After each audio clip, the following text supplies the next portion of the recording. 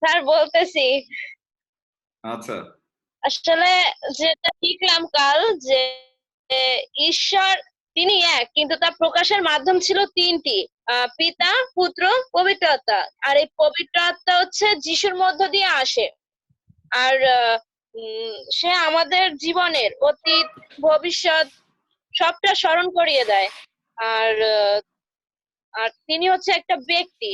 আর আসলে যে বিষয়টা আমার বেশি ভালো লাগছে সেটা হচ্ছে তার ঐশ্বরিক যে গুণগুলা, ওই ঐশ্বরিক গুণগুলো আমার বেশি ভালো লাগছে, কারণ ওইগুলোর মধ্য দিয়ে আমাদের জীবনের অনেক ভুল বা ভালো মন্দ বিষয়গুলো দেখতে পারি, আর জীবনে সেটা মানে নিজেদের ভুলগুলো ধরতে পারি আর সেটা শুধরে নিতে পারি। ঐশ্বরিক গুণগুলো মানে ঈশ্বর তার পবিত্র আত্মার মধ্য দিয়ে আমাদের জীবনে কাজ করে।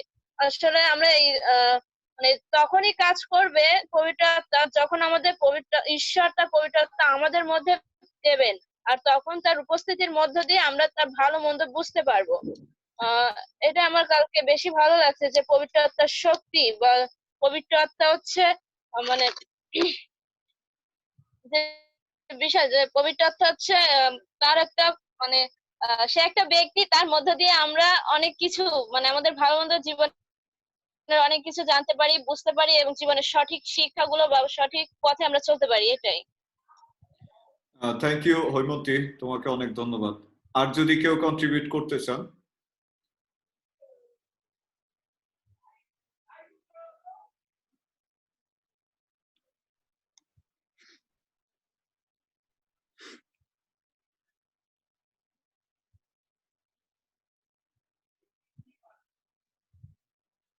অর্পান্তি, নাম ধরে বলতো। পবিত্র আত্মার সম্পর্কে কালকে আমরা যে ধারণা নিলাম, যে এটা ট্রিনিটি সম্পর্কে, যে পিতা, পুত্র, পবিত্র আত্মা, এই সম্পর্কে আমাদের ধারণা হলো যে পবিত্র আত্মা কিভাবে আমাদের মানুষের জীবনকে পরিবর্তন করে। হ্যাঁ, তারপর হলো অন্ধকারের সমস্ত লোককে আলোর পথে নিয়ে আসে। মানে আমাদেরকে পবিত্র আত্মা এমন একটা মানে মানুষ হিসাবে তার ফিলিংস আছে, পার্সোনালিটি আছে। হ্যাঁ, এর সম্পর্কে আমরা বিভিন্ন ধারণা নিলাম। এটাই। ওকে, থ্যাংক ইউ ভেরি মাচ। প্রত্যেককে প্রভু তার আত্মা দ্বারা পরিচালনা দান করুন যিশু নামে। সো আমরা আজকে লেসনে যেতে চাই। আমি আগেই বলছি যে এই বিষয়গুলো বোঝার জন্য আমাদের আসলে প্রার্থনার দরকার।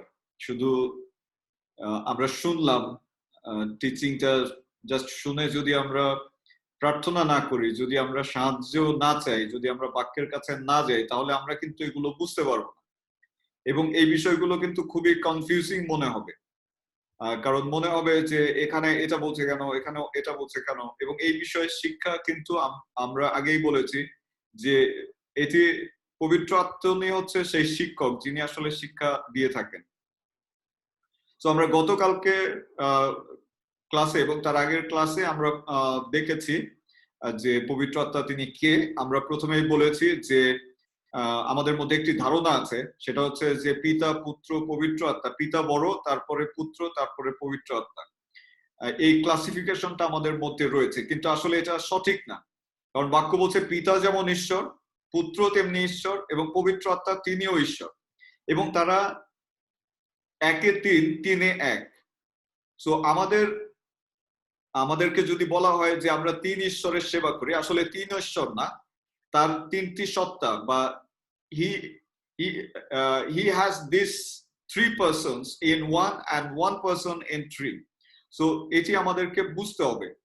এবং আমি বলেছি যে প্রভুর সাহায্য ছাড়া, তার শিক্ষা ছাড়া, তার প্রজ্ঞা ছাড়া আমাদের এটি বোঝা খুবই কঠিন। আমরা দেখেছি পবিত্র আত্মার গ্রিক নাম, হিব্রু নাম এবং ল্যাটিন নাম, এবং সেগুলোর যে অ্যাট্রিবিউট আমরা দেখেছি, সেখানেও আমরা তার প্রকাশ বা তার আচরণ আমরা সেখান থেকেও দেখতে পাই। আমরা দেখেছি পবিত্র আত্মা কিভাবে কাজ করেন। আমরা দেখেছি যে পিতা ঈশ্বর তিনি ছিলেন। তিনি প্রথম অংশে আমরা তাকে দেখি, আমরা দ্বিতীয় অংশে দেখি প্রভু যীশু খ্রিস্টের প্রকাশকে, এবং তিনি চলে যাওয়ার পরে 50 দিন অর্থাৎ 50 দিন পর্বের সময় তিনি পৃথিবীতে এসেছিলেন এবং সেই থেকে এখনো তিনি কাজ করে যাচ্ছেন। সো দিস ইজ দ্য এরা অফ দ্য হোলি স্পিরিট, এবং আমরা আসলে তাকে অ্যাভয়েড করে থাকি, সাধারণত আমরা তাকে চিনি না, আমরা তাকে রিকগনাইজ করি না। আর সেই ক্ষেত্রে আমরা বলছিলাম যে তিনিও একজন পার্সন, ঈশ্বরের যে তিন সত্তা তার মধ্যে একজন তিনি। So he need to be recognise, তাকে আমাদের চিনতে হবে। আমরা বলেছি যে he need to be honoured, তাকে আমাদের সম্মান করতে হবে। এবং আমরা দেখেছি যে তার চরিত্রগুলো, তার প্রকাশগুলো, তিনি কিভাবে প্রকাশ হয়ে থাকেন, কিভাবে কাজ করেন। সো সেই ধারাবাহিকতাই আজকে হোলি স্পিরিট পার্ট 2 তে আমরা যেতে চাই। আর সেখানে আমরা বাইবেল পদে দেখতে চাই প্রেরিত 1 অধ্যায় 1 থেকে 19 পদ। প্রেরিত 1 অধ্যায় 1 থেকে 19।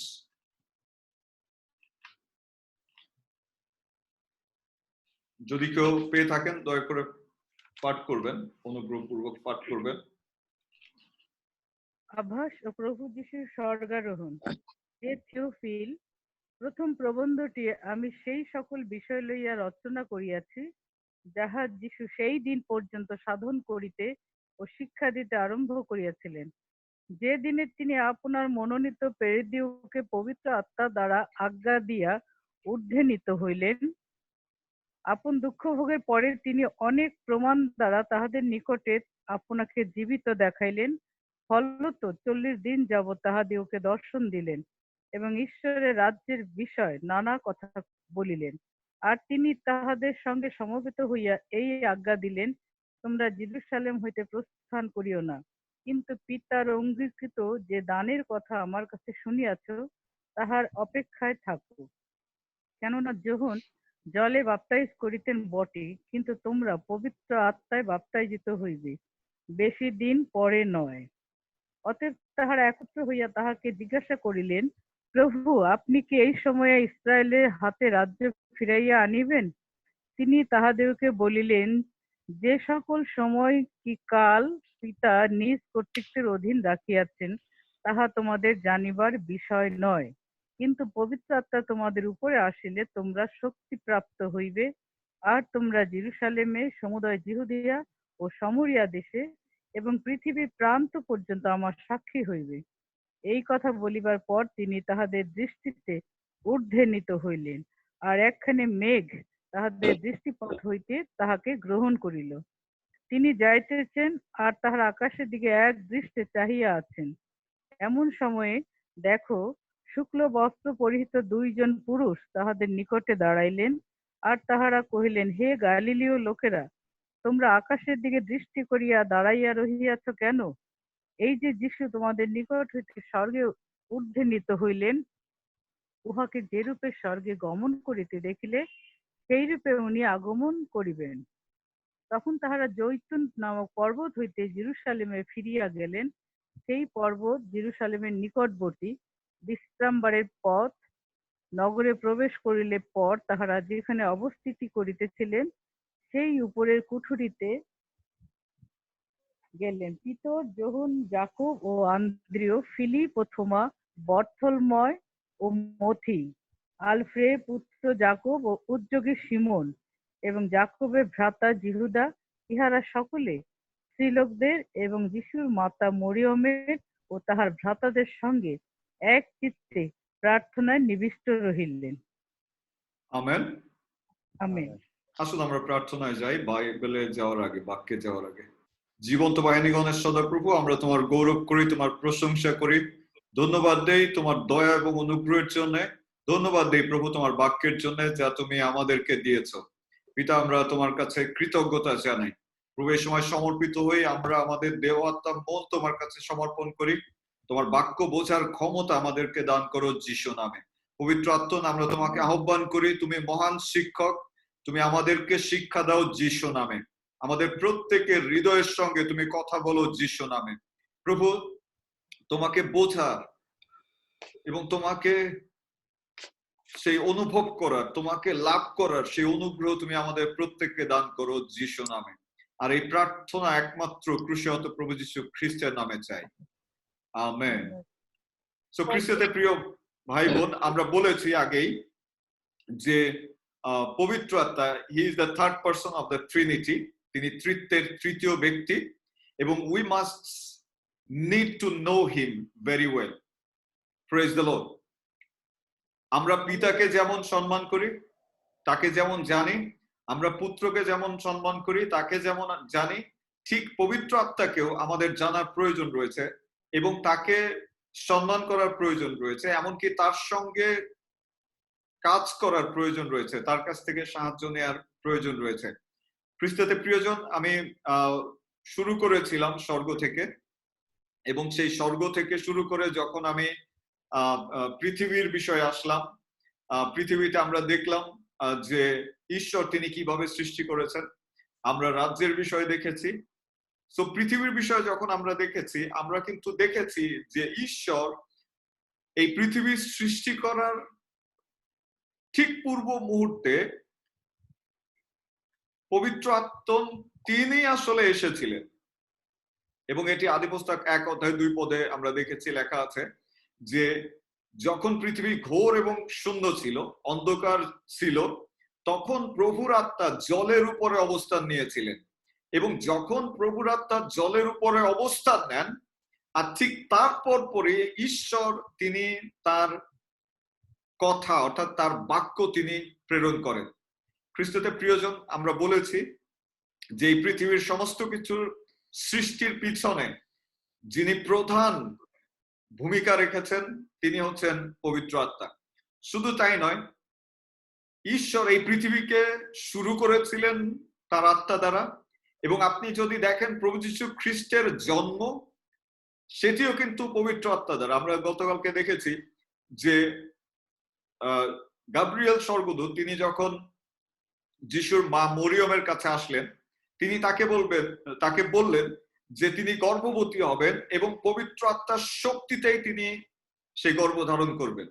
আমরা দেখি প্রভু যীশু খ্রিস্টের গর্ভধারণ, এমনকি যখন আমরা তার জীবন দেখি, আমরা দেখি যে তিনি যখন বাপ্তিস্ম গ্রহণ করেছিলেন, তখন এই পবিত্র আত্মা কপতের মতো তার উপরে নেমে এসেছিল। অর্থাৎ তার কাজের ঠিক শুরুতেই এই সহায়, এই শক্তি তিনি প্রাপ্ত হয়েছিলেন। এবং আমরা দেখি যে পরবর্তীতে তিনি প্রান্তরে নিত হন, তিনি পরীক্ষিত হন, এবং তিনি পরবর্তীতে প্রচুর কাজ করেন। এবং বাক্য বলছে তিনি যে কাজ করেছিলেন এই 3.5 বছর মিনিস্ট্রিতে, তিনি 33.5 বছর পৃথিবীতে ছিলেন, কিন্তু তার মূল কাজ 3.5 বছরের যে কাজ, সেটি এত প্রচন্ড, এত বেশি ছিল যে সেগুলো লিখলে পৃথিবীতে জায়গা হবে না। সো যতটুকু লেখা আছে আমাদের, এতটুকুই কিন্তু যিশুর কাজ না, আরো আছে।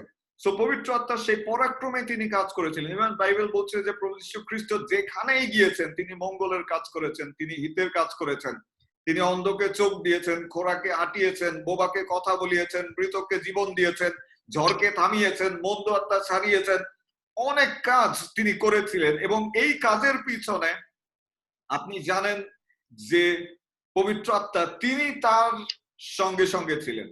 শুধু তাই না, আমরা যে অংশ পড়লাম প্রেরিত 1 অধ্যায় 1ম পদে, সেখানে বলছে যে যখন তিনি স্বর্গে নীত হন, 2 পদে বলছে যে দিনে তিনি আপনার মনোনীত প্রেরিত দিগকে পবিত্র আত্মা দ্বারা আজ্ঞা দিয়া ঊর্ধ্বে নীত হইলেন। অর্থাৎ যিশু যখন স্বর্গে চলে যাচ্ছিলেন, তখনও তিনি এই পবিত্র আত্মার মধ্যে দিয়ে তার শিষ্যদেরকে আদেশ দিয়েছিলেন। আমি প্রার্থনা করি যে প্রভুর সেই আদেশ, প্রভুর সেই আত্মা আপনার উপরে আসবে যিশু নামে। আমেন। দ্বিতীয় বিষয় হচ্ছে, আমরা দেখি যে রাজা দাউদকে তিনি ব্যবহার করেছিলেন কথা বলার জন্য, ভাববাণী বলার জন্য। পবিত্র আত্মা দ্বারা অনুপ্রাণিত হয়ে রাজা দাউদ অনেক গীত লিখেছেন। ইভেন তিনি জানতেন পবিত্র আত্মার ফেলোশিপ কি। Praise the Lord. ইভেন যদি আপনি দেখেন যে আদি মণ্ডলীতে যারা ছিলেন, অর্থাৎ যিশুর যে শিষ্য ছিলেন, 11 জন সেই শিষ্যদেরকে তিনি নির্দেশনা দিয়েছেন, তিনি তাদের সঙ্গে থেকেছেন, তিনি তাদের সাথে থেকে থেকে কাজ করেছেন। যদি আপনি দেখেন প্রেরিত 10 অধ্যায় 38 পদ, প্রেরিত পুস্তক 10 অধ্যায় 38 পদ,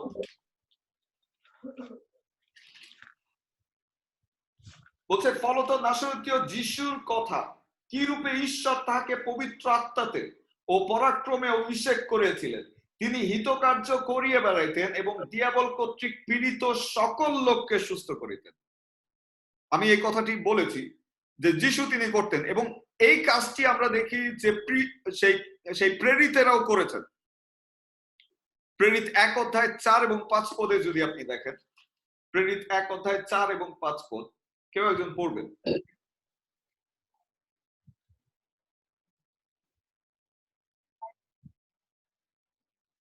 আর তিনি তাহাদের সঙ্গে সমবেত হইয়া এই আজ্ঞা দিলেন, তোমরা জেরুজালেমে হইতে প্রস্থান করিও না, কিন্তু পিতার অঙ্গীকৃত যে দানের কথা আমার কাছে শুনিয়াছ তাহার অপেক্ষা থাকো। কেননা যোহন জলে বাপ্তাইজ করিতেন বটে, কিন্তু তোমরা পবিত্র আত্মায় বাপ্তাজিত হইবে বেশি দিন পরে নয়। সো এটি কিন্তু যিশু তিনি বলছেন তার শিষ্যদেরকে যে তোমরা অপেক্ষায় থাকো, তোমরা অপেক্ষায় থাকো। যোহন যে বাপ্তিস্ম দিচ্ছে এরপরে আরেকটি বাপ্তিস্ম রয়েছে। আপনি জানেন যে মণ্ডলীতে যে বাপ্তিস্ম আছে জলে বাপ্তিস্ম, এটি যোহনের বাপ্তিস্ম, এবং যোহন যে বাপ্তিস্ম দিতেন বাইবেলে সেটি বলা আছে যে তিনি জলে ডুবিয়ে, বাপ্তিস্ম মানে বাপ্তিস্ম শব্দটি এসেছে বাপ্তিজো থেকে। বাপ্তিজো মানে হচ্ছে ডুবানো, চুবানো, অর্থাৎ নিচে নামিয়ে ফেলা। তো যখন সেই বাপ্তিস্ম তারা গ্রহণ করছিল, যিশু তিনি বলছেন কেননা যোহন জলে বাপ্তাইজিত করিতেন বটে, কিন্তু তোমরা অর্থাৎ তার শিষ্যেরা পবিত্র আত্মায় বাপ্তাইজিত হইবে, এবং সেটা বেশি দিন পরে নয়। সো প্রভু যীশু খ্রিস্ট তিনি আসলে তার শিষ্যদেরকে বলছিলেন যে তিনি চলে যাচ্ছেন, কিন্তু তার কাজ, তার দায়িত্ব পালন করার আগে তাদেরকে যে বিষয়টা প্রাপ্ত হতে হবে সেটা হচ্ছে আত্মায় বাপ্তিস্ম পেতে হবে। এবং আপনি যদি দেখেন প্রেরিত 2 অধ্যায় 1, 2 এবং 3 পদ, 1, 2, 3, 4 পদ যদি আপনি পড়েন, কেউ একজন পাঠ করুন। পরে পঞ্চম সপ্তমীর দিন উপস্থিত হইলে তারা সকলে এক স্থানে সমবেত ছিলেন। আর হঠাৎ আকাশ হইতে প্রচন্ড বায়ুর বেগে শব্দবৎ একটা শব্দ আসিল, এবং যে গৃহে তাহারা বসিয়াছিলেন সেই গৃহে সর্বত্র ব্যক্ত হইল, আর অংশ অংশ হইয়া পড়িতেছে এমন অনেক অগ্নিবৎ জিহ্বা তাহাদের দৃষ্টিগোচর হইল, এবং তাহাদের প্রত্যেক জনের উপরে বসিল। তাহাতে তাহারা সকলে পবিত্র আত্মায় পরিপূর্ণ হইলেন, এবং আত্মা তাহাদিগকে যেরূপ বক্তৃতা দান করিলেন তদনুসারে অন্য অন্য ভাষায় কথা কহিতে লাগলেন। সো খ্রিস্টতে প্রিয়জনের, আমরা দেখি যে তারা কিন্তু যিশুর কথার বাধ্য ছিলেন, এবং যিশুর কথার বাধ্য হয়ে যখন ওই পর্বের দিনে তারা একসাথে ছিলেন, প্রার্থনা করছিলেন, এবং হঠাৎ করে সেখানে এমন একটি ঘটনা ঘটলো। আর সেই ঘটনাটা কি? সেই ঘটনাটা হচ্ছে প্রচন্ড একটা শব্দ, প্রচন্ড একটা বায়ুর বেগে শব্দবোধ একটি শব্দ আসলো, এবং যে গৃহে তারা বসেছিলেন সেই গৃহে সর্বত্র সেটা পরিপূর্ণ হলো।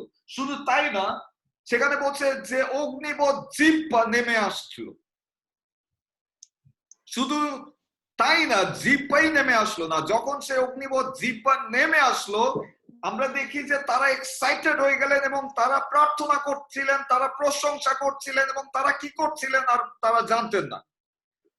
খ্রিস্টতে প্রিয়জন, পবিত্র আত্মা যখন কারো উপরে আসে সে তার উপরে নিয়ন্ত্রণ রাখতে পারে না, এবং আমরা এখানে দেখি পবিত্র আত্মার অবতরণ। আমার জীবনের একটি বাস্তব সাক্ষ্য আছে, সেটি আমি শেয়ার করতে চাই। আমি এই অগ্নিবৎ জিহ্বা দেখেছি 2009 এর শেষের দিকে।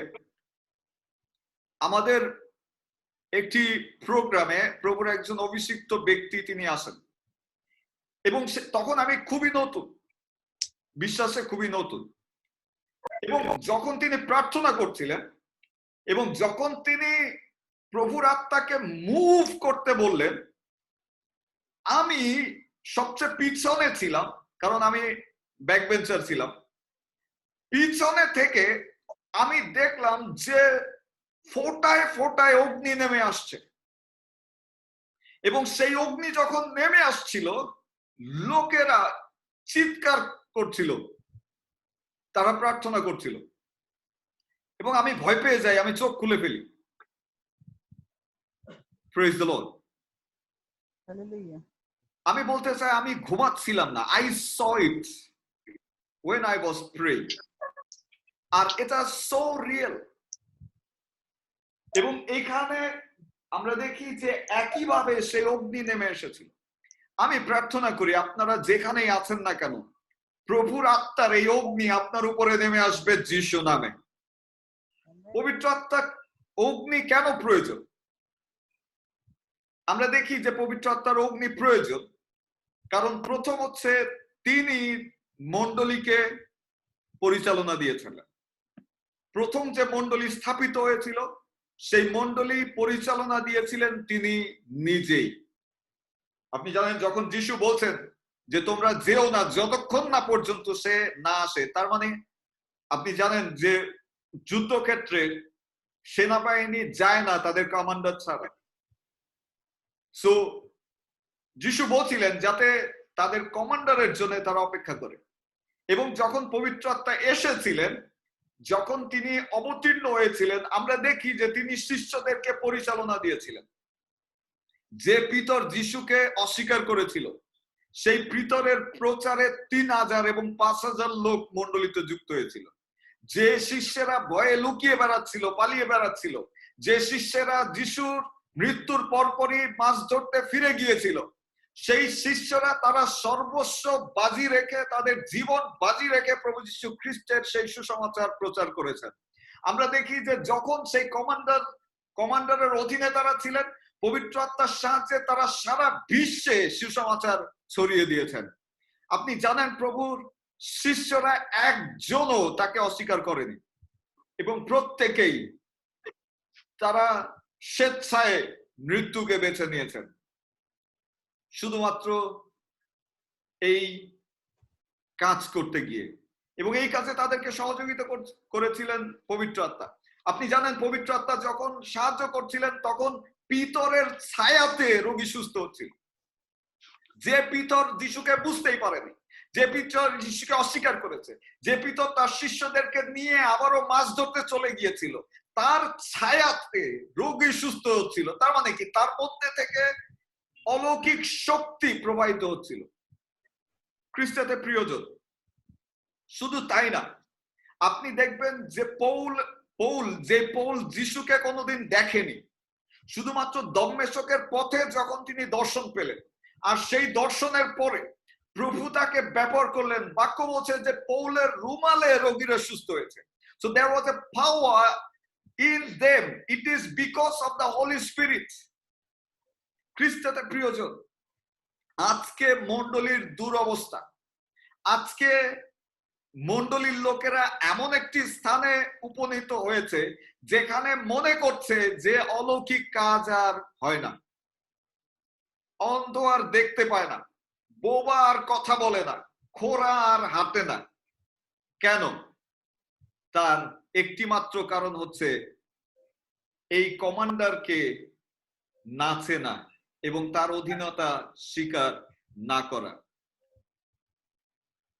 পবিত্র আত্মা তিনি প্রতিজ্ঞাকারী এবং প্রতিজ্ঞা রক্ষাকারী।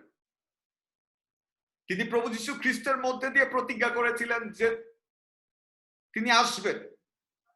যখন যিশু আত্মার পরিচালনায় বলছিলেন যে আমি গিয়ে সেই সহায়কে পাঠিয়ে দিব, আসলে তিনি কি বলছিলেন? তিনি বলছিলেন যে আমি গিয়ে আসব, কারণ আমরা জানি পিতা পুত্র পবিত্র আত্মা they are one, we can not separate them.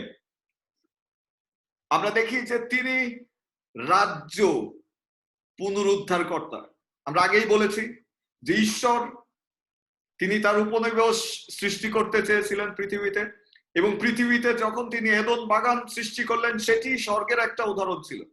আর সেখানে যখন আদমকে রাখলেন তিনি বললেন যাতে সে সেই বাগানের পরিচর্যা করে, শুধু পরিচর্যায় না সারা পৃথিবীর উপরে কর্তৃত্ব করে এবং পৃথিবী বশীভূত করে। তার মানে তিনি তাকে রাজা হিসেবে সেখানে মনোনীত করলেন, কিন্তু দেয়া বলে সে তার কাছ থেকে সেই রাজ্য কেড়ে নিয়ে যায়। এই রাজ্য ফিরিয়ে আনতে পবিত্র আত্মা তিনি কাজ করে থাকেন। গতকালকে আমরা বলেছি যে পবিত্র আত্মা তিনি অন্ধকারের শক্তির সঙ্গে যুদ্ধ করে লোকদেরকে আলোতে নিয়ে আসেন। আমি প্রার্থনা করি যে প্রভুর আলোতে আপনি এবং আপনার পরিবার আসবেন যিশু নামে। আমেন। আমেন। পবিত্র আত্মার নিদর্শন কি, চিহ্ন কি? কয়েকটি চিহ্ন আছে। প্রথম চিহ্ন হচ্ছে সে বিশ্বাসীদেরকে, অর্থাৎ তার প্রকৃত বিশ্বাসীদেরকে তিনি ক্ষমতা দেন। যখন আমরা বলি যিশুর শিষ্য বা যখন আমরা বলি খ্রিস্টিয়ান, আসলে আমরা বলছি যে উই আর লাইক ক্রাইস্ট, এবং ক্রাইস্ট মিনস অ্যানয়েন্টেড ওয়ান। অন্ত্যেক্ষীয়তে যখন বিজাতীয়রা যিশুর শিষ্যদেরকে দেখেছিলেন, তারা যিশুর মতো তাদেরকে কাজ করতে দেখেছিলেন, এবং তাদেরকে যিশুর মতো কাজ করতে দেখে তারা বলছিলেন এই সেই খ্রিস্টের মতো, বা they are like Christ and it became Christian. কিন্তু আজকে আমরা শুধুমাত্র নামধারী খ্রিস্টিয়ান, খ্রিস্টের চরিত্র আমাদের মধ্যে নেই, খ্রিস্টের গুণ আমাদের মধ্যে নেই। কেন? কারণ এই পবিত্র আত্মার অনুপস্থিতিটা, তার বাপ্তিস্মের অভাব। তো পবিত্র আত্মার নিদর্শন হচ্ছে প্রথমত তিনি ঐশ্বরিক ক্ষমতা প্রদান করেন। দ্বিতীয় নিদর্শন হচ্ছে তিনি বিশ্বাসীদের সাহস এবং শক্তি দেন। আমরা দেখি যে পিতর, যোহন, ইভেন থোমা, ইভেন আরো অনেকে যারা ছিলেন 11 জন, তাদেরকে তিনি সাহস দিয়েছিলেন। আপনি জানেন যিশুকে যখন সেই গেতসেমানি বাগানে আটক করা হয় তারা কিন্তু পালিয়েছিলেন, কিন্তু পরবর্তীতে তারা আবার ফিরে এসেছিলেন। এবং বাপ্তিস্মের পরে আপনি দেখবেন যখন তারা বাপ্তিস্ম পায়, প্রেরিত পুস্তক যদি পড়েন, ইভেন যখন তাদেরকে বেত্রাঘাত করা হয়েছিল, যখন তাদেরকে কারাগারে বদ্ধ করা হয়েছিল, যখন তাদেরকে চাবুক মারা হয়েছিল, তারা আনন্দ করেছিলেন, তারা ভীত হননি। ইভেন তারা সমাজে দাঁড়িয়ে বড় বড় হুজুরদের সামনে, রাষ্ট্রপ্রধানদের সামনে, রাজাদের সামনে তারা যিশুর বিষয়ে সাক্ষ্য দিয়েছিলেন, ভয় পাননি। তো পবিত্র আত্মার শক্তি এবং সাহস যোগায়। প্রেরিত পুস্তক 2 অধ্যায় যদি আপনি পড়েন, 2 অধ্যায় 14 থেকে 47 পদ, সেখানে আপনি দেখতে পাবেন। প্রেরিত পুস্তক 4 অধ্যায় 10 থেকে 20 পদে যদি আপনি পড়েন, সেখানে আপনি দেখতে পাবেন। যেহেতু এটি বড় অংশ, আমি চাই আপনি বাসায় পড়ে দিবেন। তৃতীয় যে নিদর্শন সেটি হচ্ছে পবিত্র আত্মা ঈশ্বরের অগ্নি। ঐশ্বরিক অগ্নি ভক্ত বিশ্বাসীদের এবং সত্যিকারের বিশ্বাসীদের আলাদা করে থাকে। ভক্ত বিশ্বাসী কারা? যারা শুধু মুখে বিশ্বাসী কিন্তু সত্যিকারে বিশ্বাসী নয়। ঠিক একইভাবে ভক্ত ভাববাদী অনেক পালক, প্রচারক, পুরোহিত, বিশপ আছে, তারা যিশুকে হৃদয়ে বিশ্বাস করে না। they confess it just from the mouth, not from the heart. এবং এই ডিফারেন্সটা করে দেয় কিন্তু পবিত্র আত্মা। যখন একজন পালক পবিত্র আত্মার অভিষেক লাভ করে আর একজন পালক যখন পবিত্র আত্মার অভিষেক পায় না, দুইজনের আচরণ কিন্তু ভিন্ন হয়ে যায়, এবং মানুষ কিন্তু খুব সহজে তাদেরকে ডিফারেন্সিয়েট করতে পারে। একজন অভিষিক্ত ব্যক্তি যখন গান গায় আর একজন অভিষিক্তহীন ব্যক্তি যখন গান গায়, একই গান, একই সুর, একই হারমোনিয়াম, কিন্তু স্বাদ আলাদা হবে। কেন? It is because of the Holy Spirit. So এই পবিত্র আত্মা আসলে মানুষকে আলাদা করে দেয়। Praise the Lord. আমি প্রার্থনা করি যে প্রভুর আত্মা আপনাকে আলাদা বিশ্বাসীতে পরিণত করবে যিশু নামে। পবিত্র আত্মার মিনিস্ট্রি কি, অর্থাৎ তার যে মিনিস্ট্রি পৃথিবীতে, এটি কি বর্তমানে তিনি কোন মিনিস্ট্রি নিয়ে এসেছেন। আমরা জানি যে আমরা দেখেছি আদি পুস্তকে পবিত্র আত্মা ছিলেন, ঈশ্বরের সঙ্গে তিনি কাজ করেছেন। আমরা দেখি প্রভু যীশু খ্রিস্টের সঙ্গে তিনি কাজ করেছেন এবং তারা একই সঙ্গে ছিলেন। কিন্তু বর্তমানে আমরা দেখি পবিত্র আত্মাকে he is here in this earth for a special purpose, একটি বিশেষ উদ্দেশ্য নিয়ে তিনি কাজ করছেন। আমরা তাকে চিনতে পারি আর না পারি, হি ইজ ওয়াকিং। আর সেটি কি? প্রথম হচ্ছে তিনি মানসিক শরীরকে ঐশ্বরিক শরীরে রূপান্তর করে থাকেন। মানসিক শরীর বলতে আপনি জানেন যে ঈশ্বর যখন আদমকে নির্মাণ করেন, তিনি ধুলা দিয়ে তার একটি মূর্তি বানান এবং যখন তাতে তিনি ফু দেন, অর্থাৎ যখন তাতে তিনি বায়ু প্রবাহিত করেন, পবিত্র আত্মা যখন তাকে প্রবাহিত করেন, তখন তিনি সজীব প্রাণী হন এবং তার যে শরীর সেটা মানসিক শরীরে পরিণত হয়। পবিত্র আত্মা কাজ করছে মানসিক শরীরকে ঐশ্বরিক শরীরে রূপান্তরিত করতে। আর এই জন্য আপনি দেখবেন যে সুস্থতা আসে, সুস্থতা তখনই আসে যখন মানসিক শরীর ঐশ্বরিক শরীরে পরিণত হয়। রোমিও 8:11 পদ, রোমিও 8:11 পদ।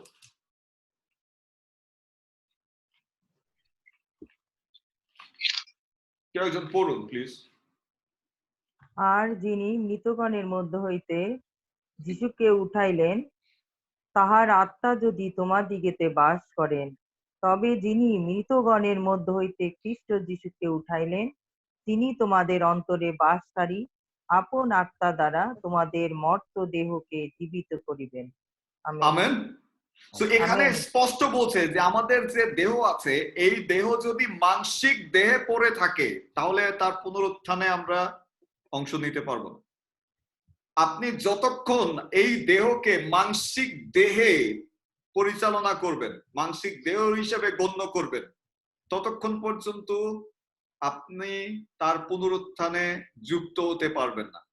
কিন্তু বাক্য বলছে ঈশ্বর খ্রিস্ট যে আত্মাধারী ছিলেন, প্রভু যীশু খ্রিস্টের সঙ্গে যে আত্মা ছিল, সেই আত্মা যদি আপনার ভিতরে না থাকে, তাহলে তার দেহ যেভাবে পুনরুত্থিত হয়েছিল, আপনার আমার দেহ সেভাবে পুনরুত্থিত হবে না। মথিলিখিত সুসমাচার 3:12 পদ যদি পড়েন, মথিলিখিত সুসমাচার 3:12 পদ।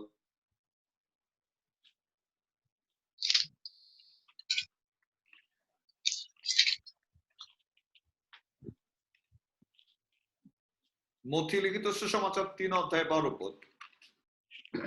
তাহার কুলা তাহার হস্তে আছে, আর তিনি আপন খামার সুপরিষ্কার করিবেন এবং আপনার গম খোলায় সংগ্রহ করিবেন, কিন্তু তুষ অনিবার্ণ অগ্নিতে পোড়াইয়া দিবেন। খ্রিস্টতে প্রিয়জন, অলরেডি প্রভু তিনি বলছেন যে কুলা তার হাতেই আছে। সো আপনি আত্মিক হবেন নাকি জাগতিক হবেন, আপনি মাংসে চলবেন না ঐশ্বরিক শরীর ধারণ করবেন, সেটি আপনার উপরে। ঈশ্বর আপনাকে জোর করবে না। যদি আপনি মাংস থেকে বের না হয়ে আসেন, যদি আপনি জগৎ থেকে বের না হয়ে আসেন, যদি আলাদা না হন, ঈশ্বর বলছেন যে তিনি তার গমকে গোলায় সংগ্রহ করবেন, কিন্তু তুষকে তিনি আগুনে ধ্বংস করবেন, আগুনে পোড়াবেন। So it is very important to know that what we will be doing. Will we stay in the world? আমরা কি জাগতিকতায় বাস করব? আমরা কি মাংসে চালিত হব না আমরা আত্মায় চালিত? সো তার কাজ হচ্ছে এটি, মানুষের ভিতরে চেতনা জাগানো, যাতে মানুষ জগৎ থেকে আলাদা হয়। মানুষের ভিতরে চেতনা জাগানো, যাতে মানুষ মানসিক কাজগুলো থেকে বের হয়ে আসে। মানুষের ভিতরে চেতনা জাগানো, যাতে মানুষ ঈশ্বরের ঐশ্বরিক সেই সত্তা ধারণ করতে পারে। দ্বিতীয় যে বিষয়টি সেটি হচ্ছে তিনি সত্যে পরিচালনা করেন। তিনি সত্যে পরিচালনা করেন। শুনুন, সত্য কি বা সত্য কি বা সত্য কে? Who is the truth? সত্য কি অথবা সত্য কে? যিশু বলেছেন আমি পথ, সত্য ও জীবন। তাহলে এখানে সত্য কে? সত্য কে? ঈশ্বর। যীশু খ্রিস্ট।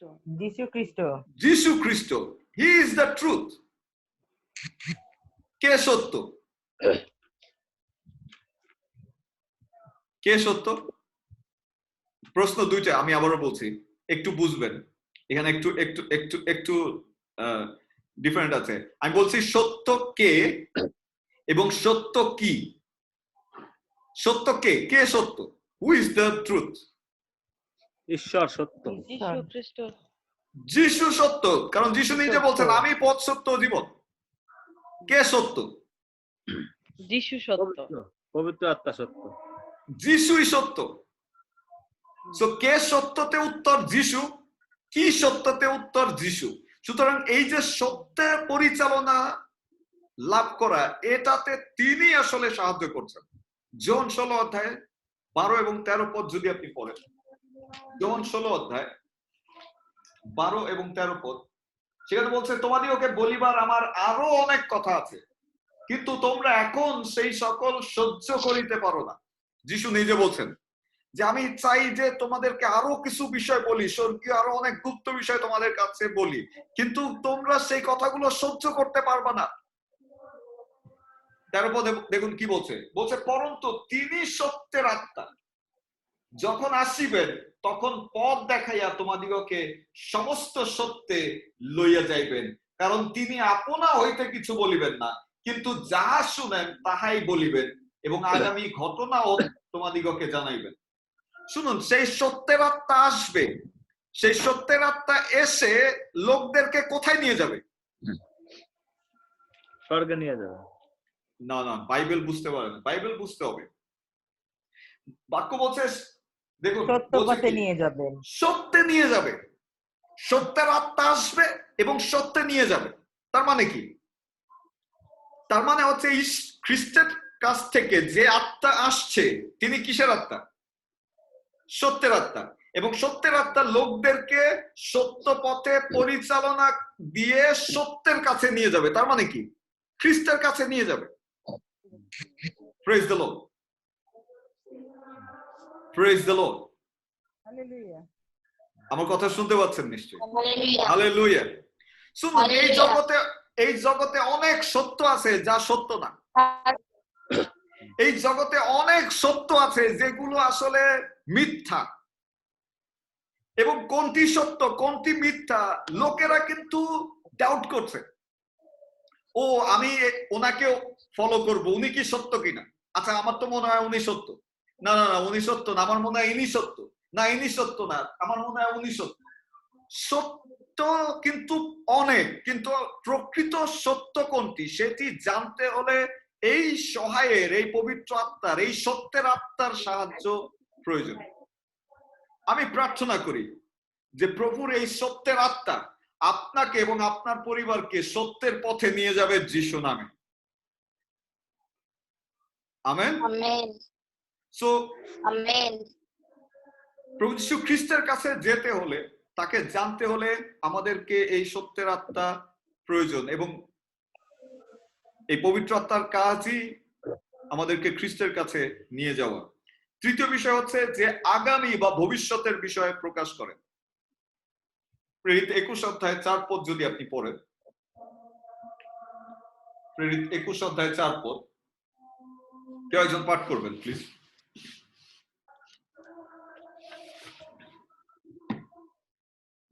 প্রেরিত 21 অধ্যায় 4 পদ। আর তথাকার শিষ্যগণের সন্ধান করিয়া আমরা 7 দিন তথায় অবস্থিতি করিলাম। ইহারা পবিত্র আত্মা দ্বারা পৌলকে বলিলেন যেন তিনি জেরুজালেমে না যান, দেখুন সেখানকার শিষ্যরাই পবিত্র আত্মার পরিচালনা পেয়েছিলেন এবং তারা পবিত্র আত্মার পরিচালনায় পৌলকে বলছিলেন যাতে তারা না যান, অর্থাৎ সেখানে গেলে পৌলের বিপদ হবে, এটি তারা বলছিলেন। Praise the Lord. সো আমরা দেখি যে পবিত্র আত্মা বলছেন যে কি ঘটতে যাচ্ছে, আগামীর বিষয় জানাচ্ছে, ভবিষ্যতের বিষয় জানাচ্ছে।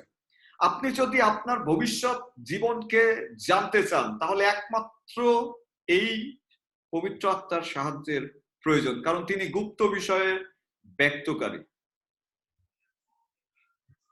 অনেক সময় স্টুডেন্টরা একে ব্যবহার করে পরীক্ষায় কি প্রশ্ন আসবে এবং তিনি বলতে পারেন, তিনি বলে দিতে পারেন। আমার যিনি পাস্টর ইয়াদেবই, তিনি বলছিলেন যে যখন তিনি ইউনিভার্সিটিতে পরীক্ষা দিচ্ছেন, তিনি ম্যাথের স্টুডেন্ট, তিনি বলছিলেন তিনি প্রার্থনা করছিলেন, কারণ প্রশ্ন কি হবে তিনি জানতেন না। আর তিনি বলছেন যে যখন তিনি প্রার্থনা করেছিলেন পবিত্র আত্মা তাকে প্রশ্ন দেখিয়েছিলেন যে এই প্রশ্ন এটা আসবে আগামীকালকে পরীক্ষা। Praise the Lord. সো প্রভু তিনি গুপ্ত বিষয় প্রকাশ করতে পারেন। আপনার ভবিষ্যৎ কি হবে? শুনুন, আমি আরেকটি সাক্ষ্য দিই। আমি এবং আমার স্ত্রী যখন আমরা বিবাহ বন্ধনে আবদ্ধ হই, আমরা প্রার্থনা করছিলাম সন্তানের জন্য, এবং আমি আমার স্ত্রীকে বলেছিলাম, আমার স্ত্রী এখনো শুনছে আমাকে, আমি বলেছিলাম যে আমাদের ছেলে হবে। আমার স্ত্রীর মেয়ে খুব পছন্দ। Praise the Lord. আমার কথা শুনতে পাচ্ছেন? আমার স্ত্রীর মেয়ে খুব পছন্দ, তার স্বপ্ন একটা মেয়ে, কিন্তু প্রভু আমাকে দেখিয়েছেন যে আমার একটি ছেলে হবে, এবং আমি তাকে বলেছি, বলে আমি চুপ করেছিলাম। আর finally we receive a boy. Praise the Lord. এবং আজকে আমি আরেকটি বিষয় বলছি, প্রভু আমাকে আরেকটি বিষয় দেখিয়েছে, এবং নেক্সট যে আসতেছে সেও ছেলে হবে। Praise the Lord. Hallelujah. So that's the thing God showed me. আমি জানি না কেন। So I have to pray. আমি অনুরোধ করি যাতে আমরা প্রার্থনা করি actually, but that is the thing God showed me. Even প্রভুর অনেক বিষয় তিনি আমাদেরকে দেখান, কি ঘটতে যাচ্ছে, কি ঘটবে। যখন আমি অবিবাহিত ছিলাম, I was in problem, কারণ অবিবাহিত পালকের জানেনই তো অনেক ধরনের সমস্যা থাকে। চার্চের সদস্যের কোনো অভাব নাই, শাশুড়ির কোনো অভাব নাই, শ্বশুরেরও কোনো অভাব নাই। তো প্রত্যেকেই চার্চে আসে হাজবেন্ড খোঁজার জন্য, জামাই খোঁজার জন্য, এবং আমি প্রার্থনা করছিলাম। প্রভু আমাকে বলেছিলেন যে আমি নিউ দিল্লিতে প্রোগ্রামে যে যাচ্ছি, আমি সেখানে গিয়ে আমার অস্থির অস্থি মাংসের মাংস খুঁজে পাবো। নিউ দিল্লিতে আমি গিয়েছিলাম, সেখানে গিয়ে আমি প্রোগ্রাম করেছি, সবকিছু করেছি, কিন্তু আমি আমার অস্থির অস্থি মাংসের মাংস দেখিনি। Praise the Lord. সো পরবর্তীতে আমি দেখি যে আসলে প্রভু যা বলেছিলেন তা ঠিক। কেন? আমি নিউ দিল্লিতে যাকে দেখেছি, যাকে আমি চিনতে পারিনি, সেই বাংলাদেশে এসে আমার স্ত্রীতে পরিণত হয়েছে। তো ঈশ্বর দেখাতে পারে। শুধু তাই না, আমি প্রভু আমাকে দেখিয়েছিলেন যে কোথায় আমি যাচ্ছি। আই স দ্যাট বিল্ডিং, যেখানে থিওলজি করতে আমি যেখানে গিয়েছিলাম, যাওয়ার আগে প্রভু আমার কাছে প্রকাশ করেছিলেন। সো ঈশ্বর আমাদের ভবিষ্যৎ বলতে পারেন। প্রেরিত পুস্তক 10 অধ্যায় 21 অধ্যায় 10 এবং 10 থেকে 12 পদ যদি আপনি পড়েন, 21 অধ্যায় 10 থেকে 12 পদ।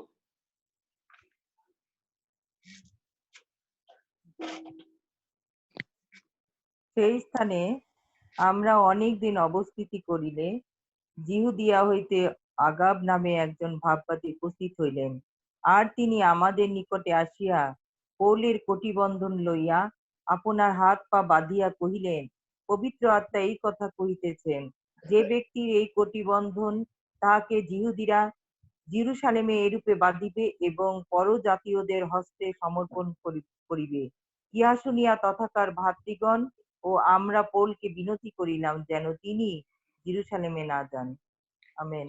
সো আমরা এখানে দেখি আরেকজন ভাববাদীকে যার নাম ছিল আগার, এবং তিনি কথা বলছেন। শুধু তাই না, পবিত্র আত্মার আরেকটি কাজ হচ্ছে তিনি মনে করিয়ে দেন ঈশ্বরের শিক্ষাগুলোকে, প্রভু যীশু খ্রিস্টের শিক্ষাগুলোকে তিনি মনে করিয়ে দেন, এবং কঠিন পরীক্ষার সময় তিনি বিশ্বাসীদেরকে সাহায্য করেন। যোহন 14:26 পদ, যোহন 14:26 পদ।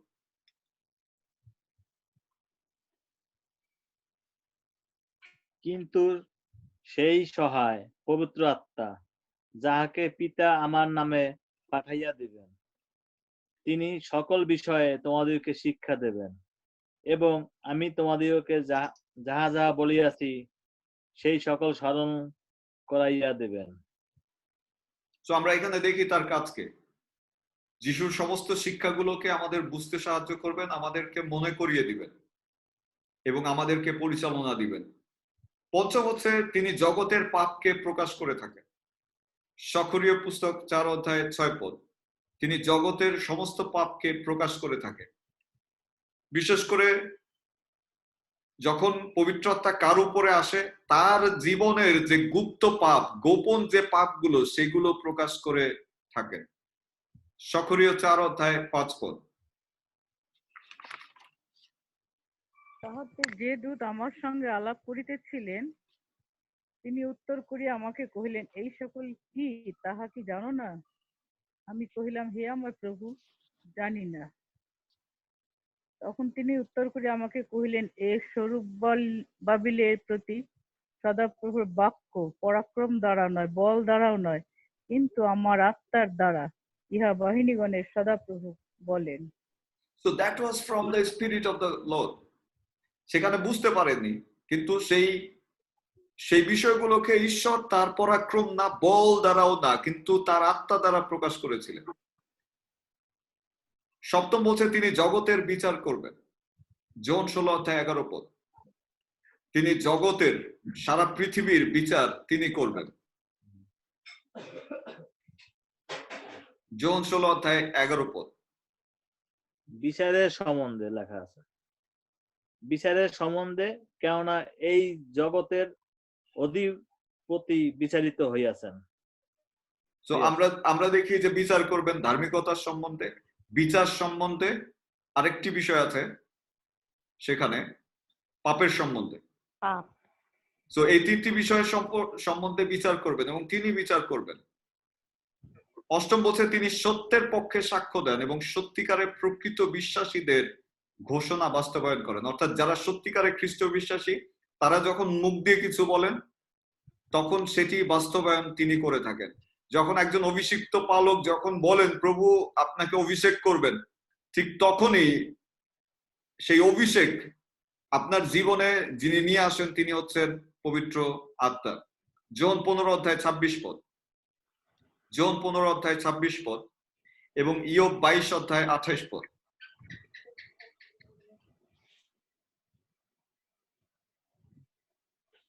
যোহন 15:26 পদ।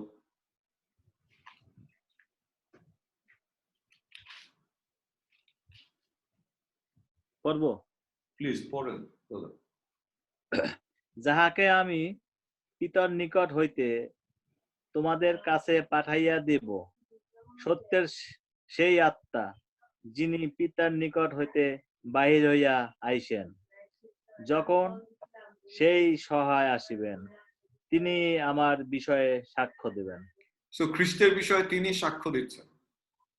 আপনি জানেন যখন সেই সুন্দর নামক গেটে সেই ব্যক্তি ছিলেন যিনি খোঁড়া, আর তাকে বলেছিলেন পিতর আর জন যে আমাদের কাছে কিছু নাই, কিন্তু যে নাম আছে যিশু নাম, সেই নামে তুমি হেঁটে বেরো। এবং সঙ্গে সঙ্গে সেই যিশু নামের পক্ষে কাজ হয়েছিল, সেই সাক্ষ্য এসেছিল। তিনি ধার্মিকদের জন্য বিনতি করে থাকেন। আমরা যারা ঈশ্বরের সন্তান, আমরা আসলে জানি না যে কিভাবে প্রার্থনা করলে প্রভু গ্রহণ করবেন। বাক্য বলছে যে সেই ক্ষেত্রে পবিত্র আত্মা তিনি আমাদেরকে সাহায্য করে থাকেন। রোমিও 8 অধ্যায় 26 এবং 27 পদ। রোমিও 8 অধ্যায় 26 এবং 27 পদ। রোমিও 8 অধ্যায় 26 এবং 27 পদ। কেউ একজন পড়ুন প্লিজ। আর সেই রূপে আত্মাও আমাদের দুর্বলতায় সাহায্য করেন, কেননা উচিত মতে কি প্রার্থনা করিতে হয় তাহা আমরা জানি না, কিন্তু আত্মা আপনি অব্যক্ত আত্মস্বর দ্বারা আমাদের পক্ষে অনুরোধ করেন। আর যিনি হৃদয় সকলের অনুসন্ধান করেন তিনি জানেন আত্মার ভাব কি, কারণ ইনি পবিত্রগণের পক্ষে ঈশ্বরের ইচ্ছা অনুসারে অনুরোধ করেন। আমেন। আমেন। সো আমরা জানি না আসলে কি বললে প্রভু সন্তুষ্ট হবে, কি বললে আমাদের সমস্যার সমাধান হবে, কি বললে তিনি আমাদের শুনবেন, কিন্তু বাক্য বলছে যে যদি আমরা পবিত্র আত্মার কাছে সাহায্য চাই তিনি আমাদেরকে সাহায্য করে থাকেন, এবং এই সাহায্য করাই তার অন্যতম একটি মিশন বা মিনিস্ট্রি। 10 বলছে তিনি আত্মিক বর প্রদান করেন যারা আকাঙ্ক্ষিত। 1 করিন্থীয় 12 অধ্যায় 4 পদ এবং 11 পদে যদি আপনি যান দেখবেন তিনি আত্মিক বরগুলো প্রদান করেন। 1 করিন্থীয় 12 অধ্যায় 4 এবং 11 পদ বলছে অনুগ্রহ দান নানা প্রকার কিন্তু আত্মা এক, এবং পরিচর্যা নানা প্রকার কিন্তু প্রভু এক, এবং ক্রিয়া সাধন গুণ নানা প্রকার কিন্তু ঈশ্বর এক, তিনি সকলের মধ্যে সকল ক্রিয়ার সাধন কর্তা। 11 পদে বলছে কিন্তু এই সকল কর্ম সেই একমাত্র আত্মা সাধন করে, তিনি সবিশেষ বিভাগ করিয়া যাহাকে যাহা দিতে বাসনা করেন তাহাকে তাহা দেন। খ্রিস্টতে প্রিয়জন, প্রভুর আত্মা আমাদের প্রত্যেককে তালন্ত দিয়ে থাকেন। প্রভুর আত্মা দ্বারাই আমরা তার আরাধনা করার তালন্ত পাই, প্রভুর আত্মা দ্বারাই আমরা তার বাক্যের পরিচর্যা করার তালন্ত পাই, প্রভুর আত্মা দ্বারাই প্রার্থনা করার তালন্ত পাই, প্রভুর আত্মা দ্বারাই আমরা সুস্থতা দান করার তালন্ত পাই, প্রভুর আত্মা দ্বারাই আমরা ঐশ্বরিক ক্ষমতার অধিকারী হই, যার ফলে আমরা খ্রিস্টের সেই রাজ্য এবং ধার্মিকতা প্রতিষ্ঠিত করতে সক্ষম হই। সুতরাং খ্রিস্টতে প্রিয়জন, পবিত্র আত্মার ভূমিকা মণ্ডলীতে, সমাজে, দেশে, পরিবারে, এমনকি ব্যক্তির উপরে খুবই খুবই গুরুত্বপূর্ণ। আর এই জন্য পবিত্র আত্মাকে রিকগনাইজ করা, তার সাহায্য চাওয়া, তার সঙ্গে সহভাগিতা করা খুবই খুবই গুরুত্বপূর্ণ। শুনুন, আজকে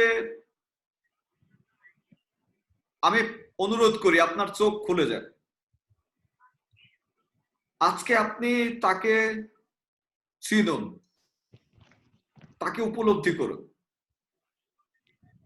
তিনি যখন আসেন আপনি তাকে ফিল করতে পারেন, কারণ তিনি আমরা বলেছি পবিত্র আত্মা হচ্ছে নূমা, যার অর্থ উইন্ড। সো যখন তিনি প্রবেশ করেন আপনার মধ্যে, আপনি হয়তো তাকে দেখতে পান না, কিন্তু ইউ ক্যান ফিল। আপনি বাতাসকে দেখতে পান না, কিন্তু তাকে অনুভব করতে পারেন। এট দ্য সেম ওয়ে যখন তিনি আসছেন তখন আপনি তাকে না দেখতে পেলেও তাকে আপনি অনুভব করতে পারবেন।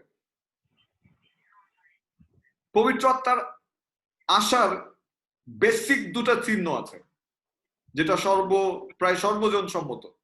সেটা হচ্ছে যখন তিনি আসেন তখন আমাদের হৃদয়ে তিনি অনুতাপ যোগান, আর যখন অনুতাপ যোগান, যখন আমাদের পাপের বিষয়ে তিনি কনভিকশন নিয়ে আসেন, কনভিন্স করেন আমাদেরকে, তখন আমাদের চোখ দিয়ে অশ্রু পতিত হয়, আমাদের চোখে জল আসে। সো চোখের জলের চিহ্ন আমরা বলতে পারি যে the sign of the presence of the Holy Spirit. পবিত্র আত্মা যদি আসে, ইউ উইল ফিল, আপনার শরীর ফিল করতে পারে। পবিত্র আত্মাকে আমি আমার ব্যক্তিগত জীবনে যেভাবে জেনেছিলাম আমি সাক্ষ্য দিতে চাই। আমি তাকে জানতাম না, কিন্তু 2010-এ আমি তখন চার্চেই রাত কাটাতাম, অর্থাৎ সারাদিন কাজ শেষে আমি ওই চার্চেই ঘুমাতাম। আমার বাসা ভাড়া করে থাকার সামর্থ্য ছিল না। যখন আমি চার্চে একদিন রাত্রে ঘুমিয়ে আছি, মাঝরাত্রে হঠাৎ করে দেখি যে আমার উপরে এক ধরনের ইলেকট্রিক, অর্থাৎ কারেন্টে ধরলে যেভাবে ঝি ঝি করে সেরকম একটা ইলেকট্রিক আবয়ব চারিদিকে আমার ঘিরে রয়েছে। এবং আমি ঘুম থেকে উঠে যাই। আমি ওই বড় ফ্ল্যাটে একাই থাকতাম এবং আমি চিন্তা করি, what is happening, why this thing is happen. এবং আমি বাইরে যাই, আমি প্রার্থনা করি এবং আমি বেলকনিতে দাঁড়িয়ে অনেকক্ষণ প্রার্থনা করি এবং চেষ্টা করি যে আসলে কি, কিন্তু আমি সেটি বুঝতে পারিনি।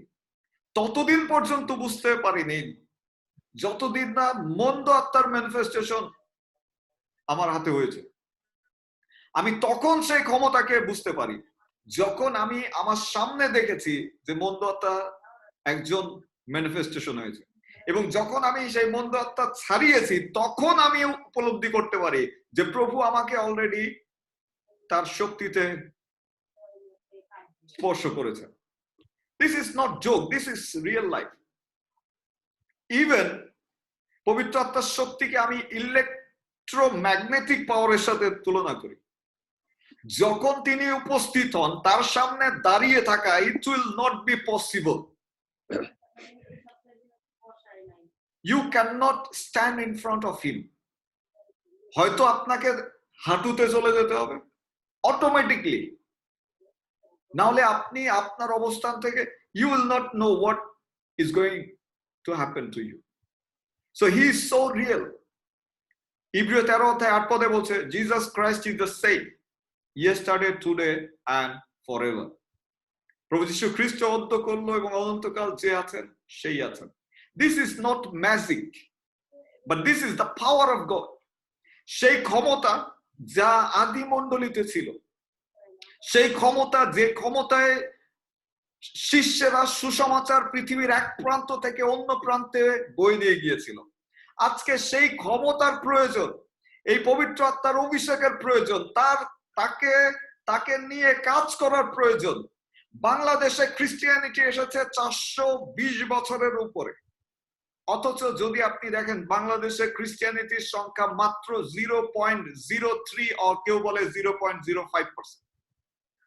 Why? Because there is no work of the Holy Spirit. আমি প্রার্থনা করি যে আজকের এই শিক্ষার মধ্যে দিয়ে প্রভু আপনাকে তার শক্তিতে পূর্ণ করবেন যিশু নামে। আপনি এবং আপনার পরিবার পবিত্র আত্মায় বাপ্তিস্ম গ্রহণ করবেন যিশু নামে। আপনার মধ্যে দিয়ে ঐশ্বরিক ক্ষমতা প্রবাহিত হবে যিশু নামে। যখন আপনি রাস্তায় হেঁটে যাবেন, লোকেরা সুস্থ হবে যিশু নামে। আপনার উপস্থিতি পরিবেশকে পরিবর্তন করে দিবে যিশু নামে।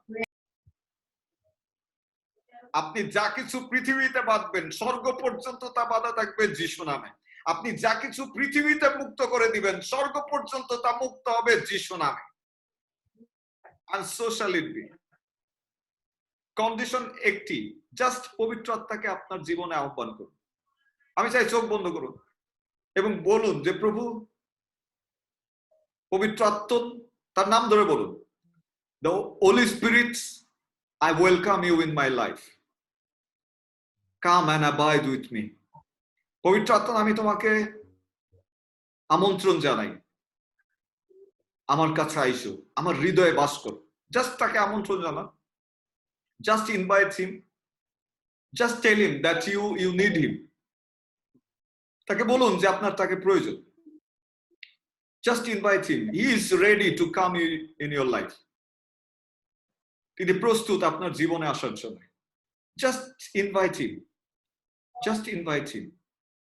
Father, in the name of Jesus, Lord, I pray for your children, those who has invited you.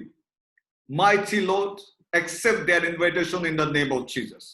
যেভাবে প্রভু তুমি আমার জীবনে এসেছো, সেইভাবে আমি প্রার্থনা করি প্রত্যেকটি সন্তান তারা যে যেখানে রয়েছে সেই গৃহে উপস্থিত হও যিশু নামে।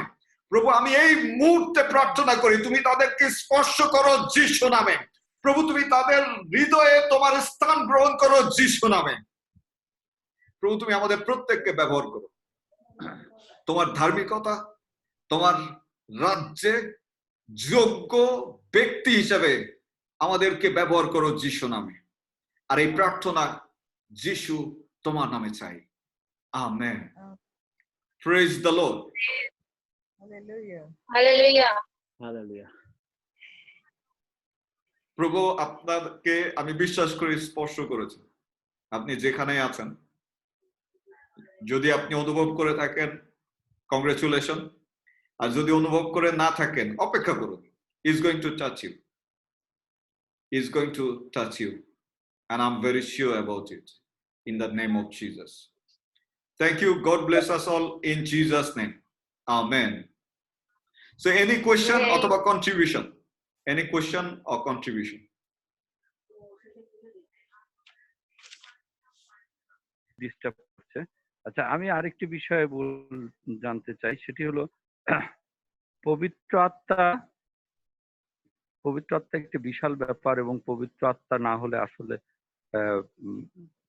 প্রভুর সাথে, প্রভু যীশু খ্রিস্টের সাথে সংযুক্ত হওয়া যাবে না। এটা অত্যন্ত সত্য কথা। এখন পবিত্র আত্মা ধারণ করার জন্য, পবিত্র আত্মা লালন করার জন্য, পবিত্র আত্মায় বাপ্তাইজিত হওয়ার জন্য আসলে আমাদের কি কি গুণাবলী থাকা প্রয়োজন, এবং আমাদেরকে মানে আসলে সঠিকভাবে কি রূপ ধারণ করা প্রয়োজন আপনি মনে করেন? আমি সংক্ষেপে এটার উত্তর দিতে চাই। পবিত্র আত্মা ধারণ, লালন বা পালন বা ব্যবহার করতে গেলে প্রথমত প্রভু যীশু খ্রিস্টকে ব্যক্তি জীবনের ত্রাণকর্তা, উদ্ধারকর্তা, মুক্তিদাতা হিসেবে গ্রহণ করতে হবে। দ্বিতীয় কাজ হচ্ছে যে জগতের জন্য মৃত্যুবরণ করতে হবে, কিন্তু প্রভুতে জীবিত থাকতে হবে, যেটা বাপ্তিস্ম। অর্থাৎ প্রভুর সেই মৃত্যুর সঙ্গে নিজেকে যুক্ত করতে হবে, তার সঙ্গে কবর প্রাপ্ত হতে হবে এবং অনন্ত জীবনের উদ্দেশ্যে পুনরুত্থিত হতে হবে। এবং তৃতীয় বিষয় হচ্ছে ধার্মিকতায় চলতে হবে, পবিত্রতায় চলতে হবে। আপনি জানেন পবিত্রতায় চলা বা পরিত্রাণের পথে হাঁটা এটি কিন্তু একটি দীর্ঘকালীন কাজ। যখন আপনি পরিত্রাণের পথে হাঁটবেন তখন পবিত্র হতে হতে, পরিষ্কৃত হতে হতে, ধৌত হতে হতে, মানে ইংলিশে বলছে যে God will sanctify you, purify you, then make you holy। ঠিক এইভাবেই আসলে ধীরে ধীরে খ্রিস্টের মতো আপনি হয়ে উঠবেন। এবং এই কাজটি করতে হলে প্রথম যেটা দরকার সেটা 2 করিন্থী 5:17 বলছে যে যদি কেউ খ্রিস্টে থাকে তবে সে নতুন সৃষ্টি হলো। অর্থাৎ আমাদেরকে নতুন সৃষ্টি হতে হবে, আত্মিকভাবে জন্মগ্রহণ করতে হবে। যিশু বলেছিলেন নিকোদিমকে। সো এটি মানে স্বাভাবিকভাবে যদি আপনি সেটি করেন তাহলে পবিত্র আত্মা আপনার সঙ্গে থাকবে।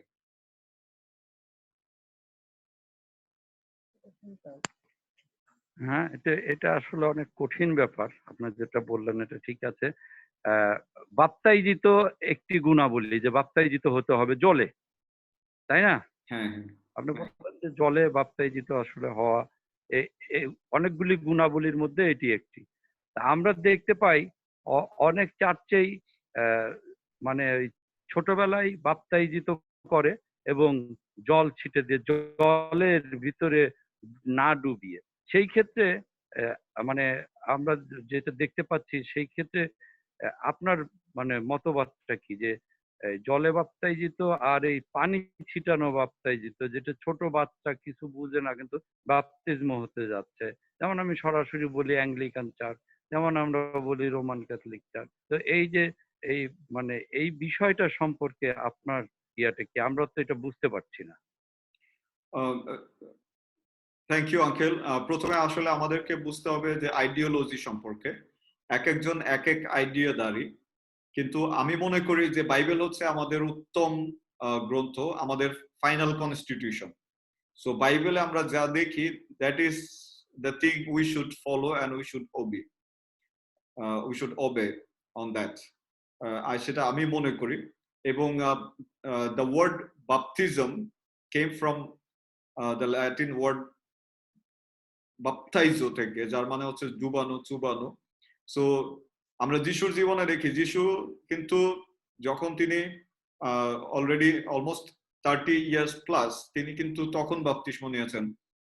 যোহন যখন বাপ্তিস্ম দিচ্ছিলেন তখন আমরা দেখি যে যারা যোহনের কথা শুনছিলেন, কারণ যোহন বলছিলেন, হে সর্পের বংশধররা, তোমরা মন ফিরাও, কেননা স্বর্গরাজ্য সন্নিকট, তোমরা প্রভুর পথ প্রস্তুত করো, প্রভুর পথ সোজা করো, সরল করো। এবং তার কথাগুলো শুনে যারা কনভিন্সড হয়েছিলেন তারাই কিন্তু বাপ্তিস্ম নিয়েছিলেন। সো এছাড়া কিন্তু আমরা আর কোনো কিছু দেখি না। হ্যাঁ, জিহুদি রীতিতে আমরা দেখি যে শিশু উৎসর্গ করা হতো, যিশুকে উৎসর্গ করা হয়েছিল অষ্টম দিনে, এবং জিহুদি রীতিতে সেই শিশু উৎসর্গের বিষয়টি কিন্তু এখনো রয়েছে। সো সেখানে কিন্তু জিহুদি রীতিতে কিন্তু বাপ্তিস্ম ছিল না, বাপ্তিস্ম প্রথাটি এসেছে বাপ্তিস্মদাতা যোহনের কাছ থেকে। এবং সেই বাপ্তিস্মদাতা যোহনের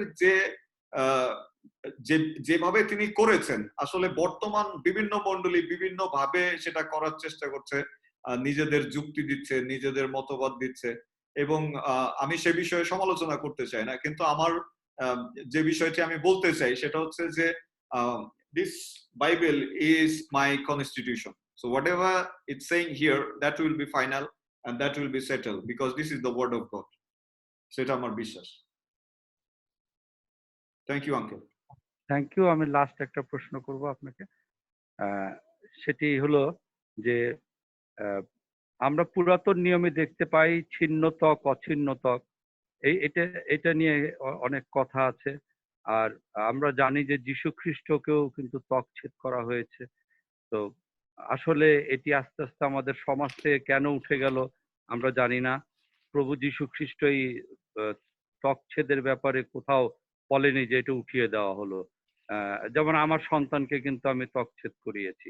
এখন আমার প্রশ্ন হলো যে ত্বকচ্ছেদ পবিত্র আত্মার একটি বিষয় হবে কি হবে না? থ্যাংক ইউ এই প্রশ্নের জন্য। আসলে এই প্রশ্নটি বুঝতে হলে আমাদেরকে একটু গভীরে যেতে হবে, কারণ আপনি জানেন যে ত্বকচ্ছেদ প্রথা এসেছে জিহুদি রীতি থেকে, যেটা অব্রাহামের মধ্যে দিয়ে প্রভু তিনি দিয়েছিলেন। এবং তখনকার সেই ত্বকচ্ছেদ প্রথাটি ছিল জিহুদি রীতিতেই। এবং আপনি জানেন প্রভু যীশু খ্রিস্ট জিহুদি রীতিতেই এসেছেন, জিহুদিদের মধ্যে এসেছেন, এবং জিহুদি ধর্ম অর্থাৎ জিহুদি রীতি পালন করা তার জন্য খুব গুরুত্বপূর্ণ ছিল, কারণ ব্যবস্থা পূর্ণ করতে তিনি এসেছিলেন। সো পূর্ণ তিনি করতে পারতেন না যদি ব্যবস্থার অধীনে তিনি না থাকতেন। আর আমরা দেখি যিশুকে ব্যবস্থার অধীনে এবং সেই ব্যবস্থার সমস্ত বিষয় তিনি মেনেছিলেন, তাকে কেউই দোষী সাব্যস্ত করতে পারেনি এবং এখন পর্যন্ত পারে না। সো তিনি ব্যবস্থা পূর্ণ করেই কিন্তু নতুন ব্যবস্থা দিয়েছিলেন, এবং সেই নতুন ব্যবস্থা তিনি তার ক্রুশীয় রক্তে তিনি মুদ্রাঙ্কিত করেছেন। এখন এই নতুন ব্যবস্থায় আপনি জানেন যে যিশু আসলে পিতরকে ব্যবহার করতে চাচ্ছিলেন, ঈশ্বর পিতরকে ব্যবহার করতে চাচ্ছিলেন পরজাতিদের জন্য। আপনি জানেন যে তার মৃত্যুর সময় সেই কার্টুন খুলে যায়, পর্দা দুই ভাগ হয়ে যায়, এবং সেখানে সেই তিরস্কার নিয়ে পর্দা খুলে গিয়ে সেটি উন্মুক্ত হয়ে যায়, এবং পিতর দর্শন পায় সেই অসুচি প্রাণীদের, এবং ঈশ্বর তাকে বলেন যে তুমি এগুলো গ্রহণ করো, কিন্তু পিতর সেখানে অস্বীকার করে। এবং আমরা সেই সঙ্গে এই পিতর যখন অস্বীকার করে তখন সেটা কিন্তু পৌলকে দিয়ে তিনি করান, এবং যখন পৌলকে তিনি নির্বাচন করেন, পৌল যখন জাতিগণের কাছে অর্থাৎ পরজাতির কাছে যখন তিনি প্রেরিত হন, তখন আমরা দেখি যে অনেক পরজাতীয়রা যারা জিহুদি ছিল না তারা কিন্তু এই সুসমাচারকে গ্রহণ করে, এবং সুসমাচারকে গ্রহণ করে পৌল কিন্তু বিশাল একটা রিভাইভাল নিয়ে আসেন। কিন্তু পৌলের যে দর্শন ছিল সেটি হচ্ছে তিনি পরজাতিদেরকে লাভ করতে চেয়েছিলেন, বিঘ্ন সৃষ্টি করতে চাননি। যেমন আমরা গতকালকে দেখেছি যে জিহুদিরা তারা বিভিন্ন জায়গায় প্রচার করত, এবং যারা জিহুদি হতো তাদেরকে তারা নিয়ম কানুন দিয়ে তাদের জীবন অস্থির করে ফেলতো। তো পৌল কিন্তু সেটি করেননি, কারণ তিনি প্রচার করতেন পরিত্রাণের বিষয়ে, তিনি প্রচার করতেন খ্রিস্টের মৃত্যুর বিষয়ে, তিনি প্রচার করতেন পুনরুত্থানের বিষয়ে, তিনি প্রচার করতেন স্বর্গস্থানের বিষয়ে। তিনি মসির ব্যবস্থা বা সেই অব্রাহামের সেই কনভেনান্টের উপরে তিনি গুরুত্ব দেননি, যেহেতু তিনি নতুন ব্যবস্থাকে বুঝতে পেরেছিলেন। ওই ব্যবস্থাগুলোর পাশাপাশি নতুন ব্যবস্থাকে তিনি আসলে গুরুত্ব দেন, এবং সেখানে কিন্তু একটি বিরোধ সৃষ্টি হয়েছিল। আপনি জানেন যে সেই প্রেরিত পুস্তকে আছে, মণ্ডলীতে এইগুলো নিয়ে কিন্তু বিশাল একটি গন্ডগোল হয় এবং সেখানে কিন্তু একটা বড় সভা বসে। সেটি প্রেরিত পুস্তকে খুব সম্ভবত 15 অধ্যায়, খুব সম্ভবত না 15 অধ্যায় রয়েছে পুরোটি যদি আপনি পড়েন। তো সেখানে দুইটি বিষয় নিয়ে আসলে মতভেদ করে। প্রথম হচ্ছে যারা জিহুদি খ্রিস্টিয়ান ছিল তারা মনে করছিল যে যারা খ্রিস্টিয়ান হবে তাদেরকে তকসেদ বিধান দেওয়া উচিত, এবং যারা অজিহুদি খ্রিস্টান ছিল এবং যাদের প্রতিনিধি ছিলেন পৌল, তারা মনে করছিল যে না, তকসেদের মধ্যে দিয়ে তাদেরকে তাদের উপরে এটা চাপিয়ে দেওয়া ঠিক না। তো এই মতভেদের কারণে কিন্তু তারা জেরুসালেমে একটা বড় সমাবেশে, বড় একটা মিটিং এ বসেন এবং সেখানে পিতর কিন্তু সরাসরি উপস্থিত ছিলেন এবং আমরা দেখি সেখানে প্রেরিত পৌল ছিলেন এবং সেখানে আরো যিশুর শিষ্যরা ছিলেন। এবং সেই মিটিং এ আসলে দুটি সিদ্ধান্ত গ্রহণ করা হয়। প্রথম সিদ্ধান্ত হচ্ছে যে তারা এই তকসেদ বিষয়ে কোনো ভার যা তাদের পূর্বপুরুষেরা বহন করতে পারেনি সেটি দিবে না। আর দ্বিতীয় সিদ্ধান্ত ছিল যে তারা প্রতিমার কাছে উৎসর্গকৃত খাবারের বিষয়ে তারা নিষেধ করবে, যাতে যারা খ্রিস্টের সঙ্গে যুক্ত হয় তারা যাতে সেই বলির বা উৎসর্গের বা কোরবানির কোনো পশু বা গলা টিপে মারা কোনো প্রাণীর মাংস তারা না খায়। এই দুটি বিষয় আসলে সিদ্ধান্ত ছিল এবং এই দুটি বিষয়ের সিদ্ধান্ত পরবর্তীতে আমরা দেখি যে সেই মণ্ডলীর প্রাচীনগণ প্রেরিত পৌল এবং আরেকজন ছিলেন, আমি নামটি মনে করতে পারছি না, তার সাথে 4 জন গিয়ে আসলে সেই মণ্ডলীর মধ্যে শৃঙ্খলা নিয়ে আসেন এবং এই বিষয়টি কিন্তু এই প্রেরিত পুস্তকে স্থাপিত হয়। এই জন্য আসলে আমরা যারা মনে করছি যারা আমরা কিন্তু পরজাতি, আমরা কিন্তু ভিন্ন জাতি থেকে ইসরায়েলের সঙ্গে বা জিহুদীদের সঙ্গে যুক্ত হচ্ছি, আমরা ঈশ্বরের সন্তান বলে অভিষিক্ত হচ্ছি। সো আমাদের জন্য সেটি মাস্ট না, যদি আমরা করতে চাই নো প্রবলেম, কারণ এটা এখন বলছে সায়েন্টিফিক অনেক ব্যাখ্যা আছে এই সেই, যদি আমরা করতে চাই নো প্রবলেম, আর কেউ যদি করতে না চায় that is also no problem. So এই বিষয়ে বাইবেলে এবং স্পষ্ট বলছে যাতে আমরা অন্যের কাঁধে সেই জিহুদি রীতি যা তা আমাদের পূর্বপুরুষেরা পালন করতে পারে নাই তা যাতে আমরা চাপিয়ে না দিই। Thank you uncle. আশা করি আপনি সম্মত, বুঝতে পেরেছেন? হ্যাঁ সম্মত, কিন্তু বাইবেলের কোন অংশেতে যে মিটিং এর বিষয়টা একটু আমরা যদি আমি নোট নিতাম আর কি। আমি আপনার কাছে যদি থাকে আমার একটা নোট, কোরবানির মাংস এবং খ্রিস্টীয় শিক্ষা, সেখানে কিন্তু এই মিটিং এর কথা আছে এবং এটা প্রেরিত পুস্তক 15 অধ্যায় যদি আপনি পড়েন। ও প্রেরিত পুস্তক 15 অধ্যায় না?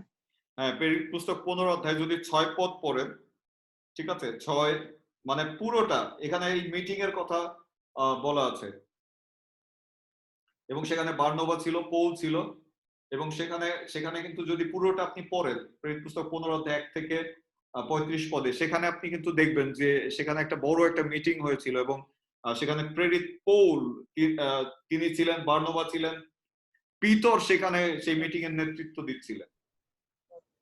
এবং 10 পদে বলছে, দেখুন বলছে, অতএব এখন তোমরা কেন ঈশ্বরের পরীক্ষা করিতেছ, শিষ্যগণের স্কন্ধে সেই জুয়ালি দিতেছ, যার ভার না আমাদের পিতৃপুরুষেরা না আমরা বহন করিতে সমর্থ হইয়াছি, কিন্তু আমরা বিশ্বাস করি উহারা যেমন আমরাও তেমনি প্রভু যীশু অনুগ্রহ দ্বারাই পরিত্রাণ পাইব। সো এখানে কিন্তু সবকিছু বর্ণনা করা আছে এবং দুটি সিদ্ধান্ত আছে যদি আপনি এটাকে একটু বিশ্লেষণ করেন। Thank you uncle. আর কারো প্রশ্ন অথবা যদি কন্ট্রিবিউট করেন প্লিজ। আমি জানি ইয়েস আন্টি কন্ট্রিবিউট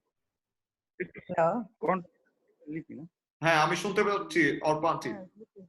হ্যাঁ আঙ্কেল, আমি বলছি যে আমরা যে পবিত্র আত্মায় বাপ্তাইজিত হব, হ্যাঁ, তাহলে এটা কি বাপ্তাইজিত হতে গেলে কি এটা কোনো মানে পবিত্র আত্মার দ্বারা কোনো পালকের মাধ্যমে সেই বাপ্তাইজিত হব, নাকি এটা আমরা যেভাবে আপনি বলছেন যে নিজেকে অস্বীকার করা আবার নতুন কবর প্রাপ্ত হওয়া, এইভাবে আমরা ওই পবিত্র আত্মাকে আমরা আহ্বান করব আমাদের?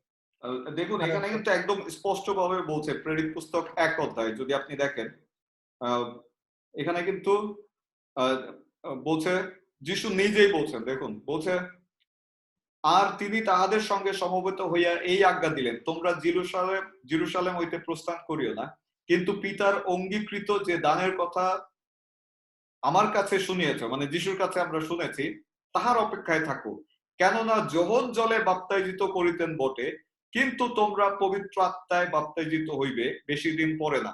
তার মানে যোহনের বাপ্তিস্মের পরে অপেক্ষা করতে বলছে, যাতে সেই আত্মায় বাপ্তিস্ম প্রাপ্ত হয়। সো বাপ্তিস্ম আসলে একটা না, বাপ্তিস্ম আসলে দুইটা, এবং যদি আমরা দুইটাকে ভাগ করি বাপ্তিস্ম দাঁড়ায় তিনটা। একটা হচ্ছে জলে, আরেকটা হচ্ছে আত্মায়, এবং আরেকটা হচ্ছে আগুনে। যদি আপনি মথি পুস্তকে দেখেন, সেখানে সেখানে দেখবেন যে যোহন তিনি বলছেন, যোহন 3 অধ্যায়, এই মথি 3 অধ্যায়, সরি মথি 3 অধ্যায় যদি দেখেন, মথি 3 অধ্যায়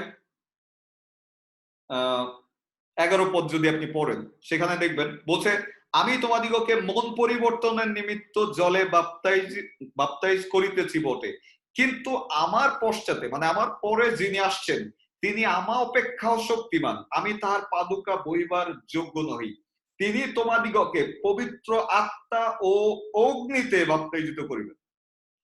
সো যোহনের বাপ্তাইজের পরে আরেকজনের বাপ্তিস্মের জন্য অপেক্ষা করতে হয়, সেটা হচ্ছে প্রভু যীশু খ্রিস্ট, এবং তিনি আসলে এই বাপ্তিস্মটা দেন। সো যখন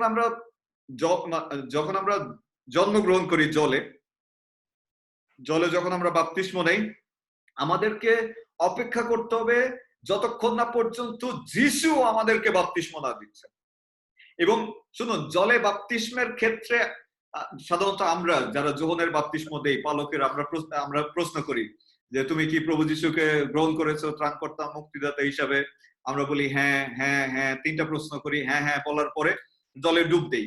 কিন্তু আসলেই আমরা কি গ্রহণ করেছি কিনা, বা হৃদয় দিয়ে তাকে আমরা উপলব্ধি করেছি কিনা, আমরা কি নতুন জন্মে এসেছি কিনা, সেখানে কিন্তু একটি বড় ফাঁক থেকে যায় আমাদের মুখের স্বীকারোক্তি এবং বাস্তব জীবনের চরিত্র। সো এই ফাঁকিটা কিন্তু আমরা পাস্টরকে দিতে পারছি, কিন্তু যিশুকে কিন্তু ফাঁকি দেওয়া যাবে না। সো যারা সত্যিকারে নতুন জন্ম প্রাপ্ত, যারা সত্যিকারে মন পরিবর্তন করেছে, তাদেরকে প্রভু এই বাপ্তিস্ম দিয়ে থাকেন, সেটি আমার অভিজ্ঞতা। Thank you aunty.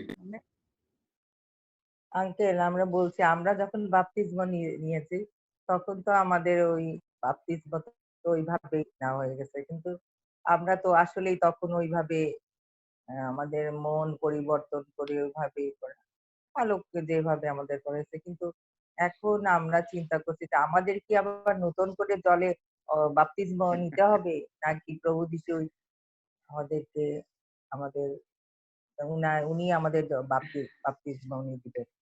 এটা আন্টি আপনি প্রার্থনা করুন, যেহেতু প্রভুর আত্মা আপনার সঙ্গে আছে, আপনাকে তিনি সাড়া দিবেন। তবে আমি একটা আমার জীবনে যেটা ঘটেছে সেটা আমি বলতে চাই। আমি যখন এসএসসি পাস করেছি, তো বাড়িতে গিয়েছি বড়দিনে, এবং বড়দিনে বাড়িতে গিয়ে আমি হঠাৎ করে মা সকালবেলা বলছে, এই আজকে কিন্তু পালক মামা আসবে, বাড়ির থেকে কোথাও যাবি না। কেন? বলতেছে বাপ্তিস্ম দিবে। আমি বলছি আচ্ছা ঠিক আছে। তো আমি অপেক্ষা করতেছি কখন আসবে পালক মামা। পালক মামা আসলো, আমার বললো তুমি রেডি? আমি বললাম হ্যাঁ রেডি মামা। বলে ঠিক আছে চলো যাই। দুইজনে গেলাম, জলে নামলো, উনি 3টা প্রশ্ন করলেন, আমি হ্যাঁ হ্যাঁ বললাম, জলে ডুব দিয়ে বললাম মামা হয়েছে? বললো হ্যাঁ ভাই না হয়েছে, যা। আমি সেই জলের থেকে উঠে বাসায় মানে রুমে গিয়ে কাপড় চেঞ্জ করে যেখানে যাওয়ার কথা সেখানেই গেলাম। তো বললাম যে আমি বাপ্তিস্ম নিয়ে আসছি, but I was not having any feelings. তো পরবর্তীতে যখন আসলে আমি বিষয়গুলো শিক্ষা লাভ করি, যখন আমি চেতনা পাই, প্রার্থনা করি, তখন প্রভু আমাকে বলেন, মানে আমি জিজ্ঞেস করছিলাম, একটা প্রশ্ন আমার হৃদয়ে সবসময় আসছিল যে এই ফরেনাররা প্রার্থনা করলে লোকেরা পইরে যায়, এরা পরভাষায় প্রার্থনা করে, বাঙালি কাউরে দেখি না যে বাঙালি প্রার্থনা করলে লোকেরা পইরে যায় পরভাষায় প্রার্থনা করে, এই ধরনের কোনো অভিষিক্ত দেখি না। আর প্রভুরে বলতেছিলাম যে প্রভু এরা কি খায় আর আমরা কি খাই, আর এরা কি খায় না আর আমরা কি খাই না, আমার এটা দেখাও, আই ওয়ান্ট দিস গিফট। এবং যখন এই মানসিকতায় আসলে আমি চলছিলাম, প্রভু একদিন আমাকে বলেন যে তুমি আমার সাথে সঠিকভাবে কানেক্টেড এখনো না। তো আমি জিজ্ঞেস করলাম কিভাবে? বললো যে তোমার তো বাপ্তিস্মই হয়। আমি হ্যাঁ আমি তো নিছি, সবাই রে বলছি বাপ্তিস্ম আছে, ইভেন পালকের সার্টিফিকেট আছে। বলতেছে না, that is not the thing. পরবর্তীতে আমি গিয়ে তখন অলরেডি আমি বাইবেল কলেজে গিয়ে আমার প্রিন্সিপালকে বললাম, স্যার একটা তো ঘটনা আছে। উনি বললেন কি ঘটনা? আমি বললাম আমি তো আমারও তো বাপ্তিস্ম নিতে হবে। বলতেছে এই তুমি তো বাপ্তিস্মের সার্টিফিকেট দিছো, আবার বাপ্তিস্ম দিবা কেন? আমি বলছি না, প্রভু আমারে বলছে আমার বাপ্তিস্ম ঠিক হয়নি, আমি সঠিকভাবে নিতে চাই। এখন সে প্রিন্সিপাল বললেন আমি কিভাবে তোমার বাপ্তিস্ম দেবো? ঠিক আছে, আমার অ্যাসিস্ট্যান্টকে বলছি। ভিপি স্যার তিনি আমারে নিয়ে গেলেন, এবং নিয়ে গেলেন এমন জায়গায়, তিনি বললেন যে ঠিক আছে, কেউ যাতে না জানে, অলরেডি তুমি বলেছো যে তুমি বাপ্তিস্ম পেয়েছো, কিন্তু এখন তুমি বলছো যে তোমার বাপ্তিস্ম পাওয়া নাই, সুতরাং এনে তুমি আমি আর ঈশ্বর চলো যাই। নিয়ে গিয়ে উনি আমারে সেই নাইজেরিয়ার এক খালে তিনি সেখানে চুবাইলেন। চুবানোর পরে তারপর থেকে আমার লাইফে আমি ট্রান্সফর্ম দেখি, আমি দেখি পবিত্র আত্মার কাজ, আমি দেখি প্রভুর অভিষেক। তো এটি আমার ব্যক্তি জীবনের সাক্ষ্য, কিন্তু আমি এটাকে চাপাই দিচ্ছি না, বাট আমি চাই প্রার্থনা করুক।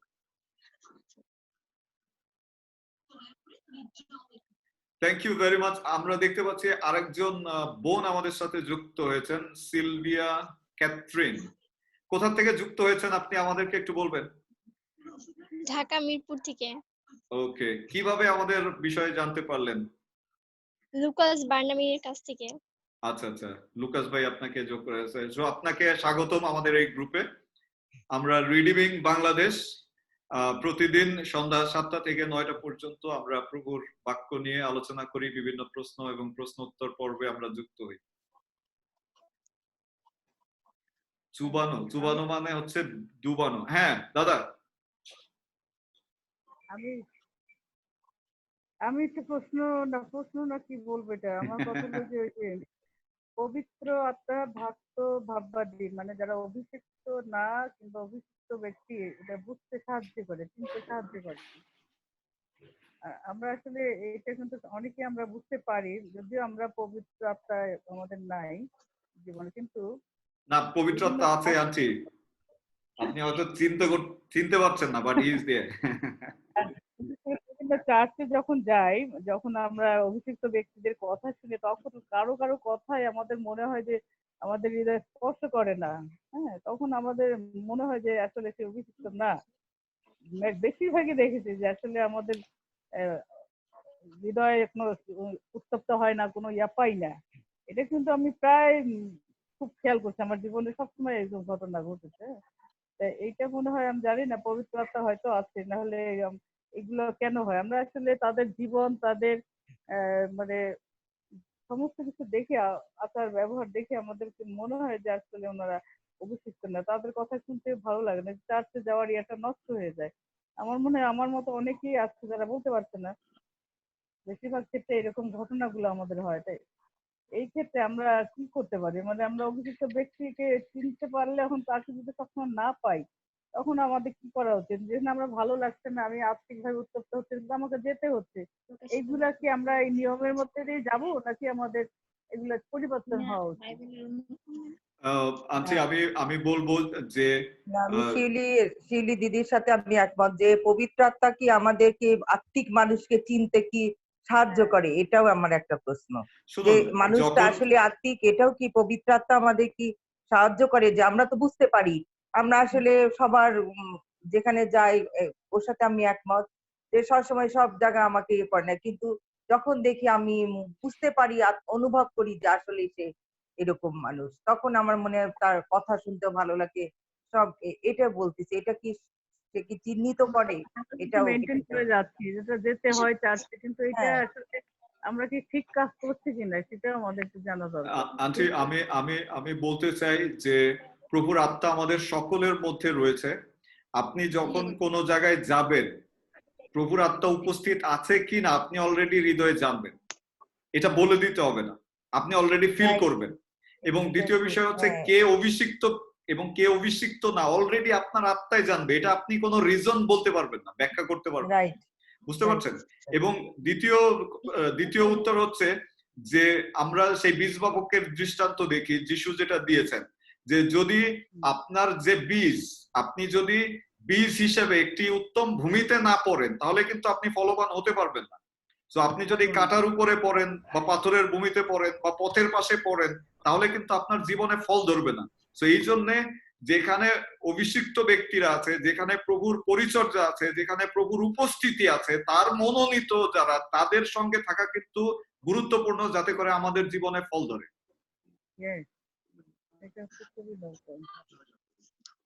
ওই যে একটা বিষয় হয়ে গেছে আমাদের যে চার্চের সাথে যোগাযোগ রাখতে হবে, ভালো লাগুক, অভিষিক্ত লোক থাকুক আর না থাকুক, কিন্তু তাদের সাথে রাখতে হয়। আমাদের বিয়ে, আমাদের মৃত্যু, আমাদের জন্ম, এগুলোর একটা বিষয় থাকে, তো এই কারণে আমাদেরকে অনেক সময় এই যুক্ত থাকতে হয়। কিন্তু আসলে আমি বুঝতে পারি সেখানে আত্মিকতা বলতে কিছু থাকে না। সেই ক্ষেত্রে আমাদের আসলে খুব সমস্যা।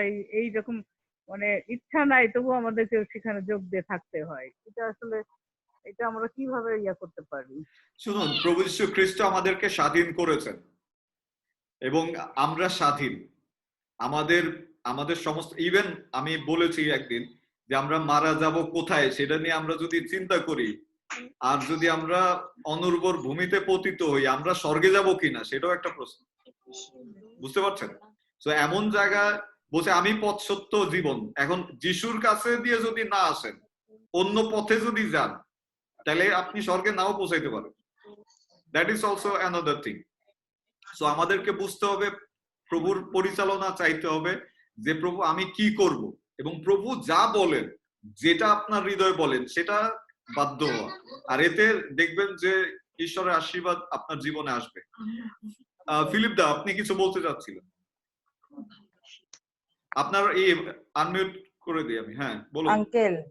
আঙ্কেল আরেকটা আমার প্রশ্ন আছে যে আমি আরেকটা বলি যে আমরা তো অনেক সময় পালকদেরও বুঝতে পারি যে প্রভুর বাক্য বলছে, কিন্তু আমাদের কি তাদেরকে এভাবে করা ঠিক? কারণ তারা তো অভিষিক্ত ব্যক্তি, তাই না? যে আমরা আসলে তখন ভালো লাগে না, আমরা হয়তো একটু বলি যে না, এই পালকের কথা আমার ভালো লাগছে না, আসলে সে এরকম আত্মিক মানুষ না, এরকম যদি আমরা বলি, এটা কি আমাদের জন্য একটা অভিষিক্ত ব্যক্তি তারা, এটা আমাদের মন্তব্য করা ঠিক? এটা যারা অভিষিক্ত তাদের বিরুদ্ধে কথা বলা মানে ঈশ্বরের বিরুদ্ধে কথা বলা। তো অভিষিক্ত কিনা সেটাও গুরুত্বপূর্ণ। বুঝতে পারছেন? ইভেন আমার মনে হয় না যে সমালোচনা এটা প্রভুর আত্মার কাজ। যদি আপনার মনে হয় যে এই জিনিসটা ভালো না, তার সাথে কথা বলা। যদি সেখানে ভালো বলছে কি, তোমরা বিবাদের জন্য স্থান ছেড়ে দাও। তো যদি এরকম কোন সিচুয়েশন থাকে, আমি কখনোই বলবো না যে অভিষিক্ত ব্যক্তির বিরুদ্ধে আপনি কথা বলতে পারেন। তবে হ্যাঁ, পর্যালোচনা করা যায়, সেটি গঠনমূলক। ফিলিপ দা, আপনার প্রশ্ন ছিল? আমার বাপ্তিস্ম সম্বন্ধে প্রশ্ন।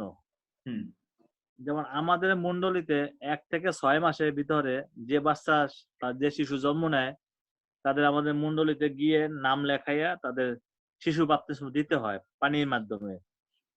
এখন আমরা পুরোহিতের কাছ থেকে জানতে পারছি, আমরা যেহেতু বাপ্তিস্ম হয়েছি, বাপ্তিস্ম হচ্ছে ঈশ্বরের সন্তান হইবার অধিকার রাখে। বাপ্তিস্ম আমরা নেই এই কারণে ঈশ্বরের সন্তান হবার জন্য। ওনারা আমাদের এই শিক্ষাই দিয়ে থাকে, আর আমরা এটাই বিশ্বাস করি। বাপ্তিস্ম না হলে আমরা ঈশ্বরের সন্তান হতে পারবো না। সে অনেক চার্চে বড় হলে বোঝার পরে দেয়, অনেকে আমাদের যেমন মন্ডলীতে 1 থেকে 6 মাসের ভিতরে দেয়। হ্যাঁ, তো আমি আগেই বলেছি দাদা যে আমি এটার সমালোচনা করব না, সেটা তাদের টিচিং, তাদের মেথড। কিন্তু আমি যেটা বলতে চাই সেটা হচ্ছে, যদি বাইবেলে দেখেন, বাইবেলে কিন্তু এমন কোনো কিছু নাই। এবং বাপ্তিস্ম হচ্ছে, আমি আগেই বলেছি, বাপ্তিস্ম হচ্ছে একটা চিহ্ন যেখানে প্রভু যীশু খ্রিস্টের জন্য আমাদের মৃত্যুবরণ করতে হয়, তার জন্য আমাদেরকে কবর প্রাপ্ত হতে হয়, এবং তার জন্য আমাদেরকে পুনরুত্থিত হতে হয়। তো এই 3টি কাজ যখন একজন মানুষ পাপ সম্পর্কে চেতনা না পায়, কনভিন্স না হয় যে সে পাপী, তার পরিত্রাণের প্রয়োজন রয়েছে, যিশুকে গ্রহণ করার প্রয়োজন রয়েছে, এই অনুভূতি থেকে যতক্ষণ না আসে ততক্ষণ আসলে সে ঈশ্বরের সন্তান হয় কিনা,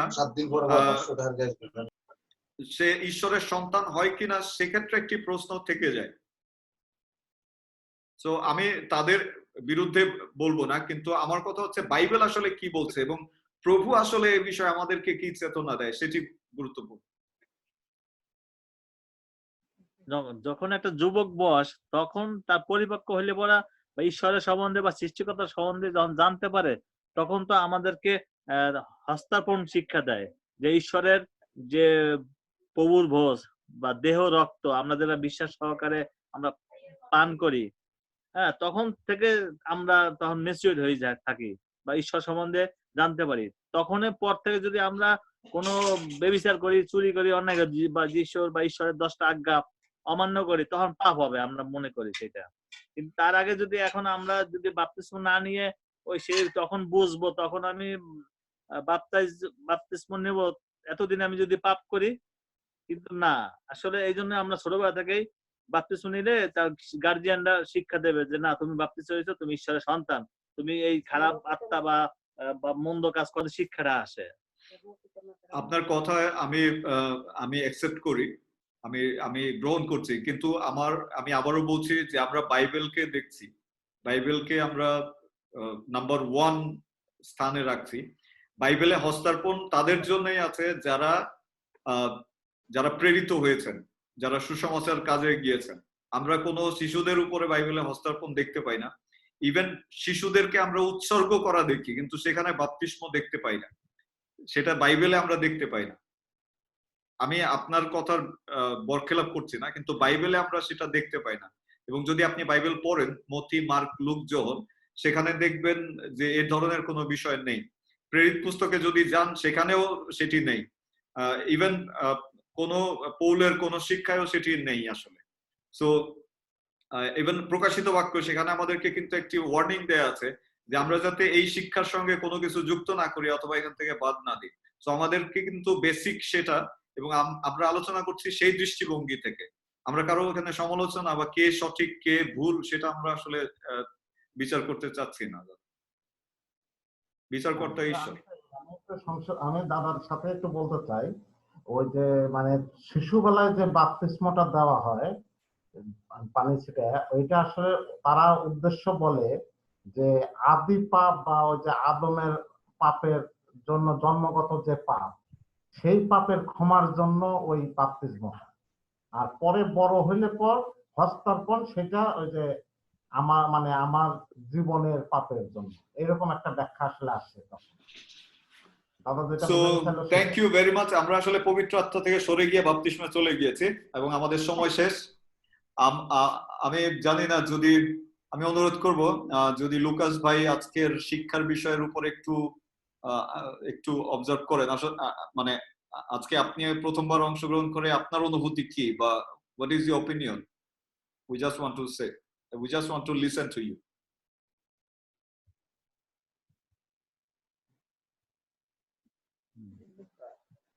লুকাস ভাই, আপনার মাইক্রোফোনটি অফ, আমি আনমিউট করে দিচ্ছি। আমি বলেছি যে আমি সাধারণত বলতে না, শুনতে পছন্দ করি। মানে আমি বক্তা না, শ্রোতা। তো আমার এখানে শুনে ভালো লাগলো। প্রশ্ন থাকলে উত্তর থাকবে, প্রত্যেকের প্রশ্ন আছে তাই উত্তর আছে, আর উত্তর আছে বলেই আমরা জানতে পারি। যেখানে শূন্যস্থান থাকে সেখানেই মানুষ পূরণ করে, পূরণ জায়গায় শূন্যস্থান করে না। তাই এখানে যারা বড় আছেন, আমার অভিভাবকের মতো যারা, প্রত্যেকে সুন্দর চমৎকার প্রশ্ন করেছেন। আপনাদের প্রশ্নের জন্য আমি হয়তো অনেক কিছু জানি না, আপনাদের মাধ্যমে অনেক কিছু জানতে পেরেছি। তাই প্রত্যেককে আমার পক্ষ থেকে শুভেচ্ছা আর অভিনন্দন। আর আপনাকেও ধন্যবাদ দাদা, আমাকে আপনাদের এই সুন্দর জার্নিতে সংযুক্ত করার জন্য। Thank you very much. আমরা ওভারঅল ভিউতে যেতে চাই, তারপর আমরা শেষ করব। এবং আমি জয়ন্ত আঙ্কেল কাছে হস্তান্তর করছি আমাদের গ্রুপকে। আমরা ওভারভিউ আজকে কি শিখলাম? প্রীতম, কি শিখেছ? আর হচ্ছে ওর নাম কি, গৌরব। খালি ক্যামেরার পিছনে থাকলে হবে না, আমি দেখতে পাচ্ছি তোমরা ক্যামেরার পিছনে। তোমাদের কোনো প্রশ্ন নাই, কোনো কন্ট্রিবিউশন নাই, উত্তরও নাই, ব্যাপার কি?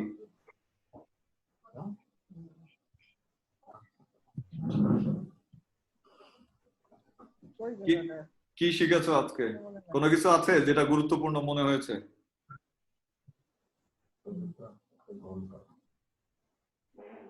দাদা, আমার বাপ্তিস্ম তো মানে এখন করছি, মানে আমার বাপ্তিস্মের সময় আমি এইভাবে মানে প্রস্তুত ছিলাম না, যেমন ভাবে মানে বোঝানো হইলো আজকে। পবিত্র আত্মা এখন পাইছি কি পাই নাই, এটাও এখন মানে আমার আসলে একটু সমস্যা হয় বুঝতে প্রথম। তাই আমি একটু সময় নেই, তারপর জিনিসটা নিয়ে বসে কথা বলি। ওকে, থ্যাংক ইউ। প্রভু তোমাকে বোঝার ক্ষমতা দিবেন যিশু নামে। ধন্যবাদ। আঙ্কেল, আমার হ্যাঁ, এটা ভালো লাগলো যে আপনি বললেন যে একটা ফিলিংস তৈরি হয়।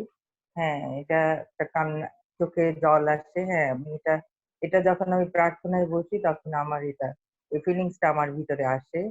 আমি জানি না পবিত্র আত্মায় আমি প্রাপ্ত হতে পেরেছি কিনা, কিন্তু আমি এটা আপনি পবিত্র যেগুলো আত্মার কাজ বলছেন এটা, আন্টি। আপনি আজকে হ্যাঁ নিশ্চিত হন, এটা, তাকে চিনুন, তাকে থ্যাংক ইউ। চিহ্নিত করুন। আমি, দিস ইজ দ্য হোলি হ্যাঁ আমি spirit. Actually, thank you uncle. আমি এটা আপনার আজকে এই স্টাডিতে আমি আজকে অনুভব করলাম যে আসলে যে যে জল যে আসে চোখে, আসলে প্রভুর কাছে যখন আমরা উপস্থিত হই যে আমাদের অবিরত চোখ দিয়ে জল আসে, আমি এটা আজকেই আমি অনুভব করলাম।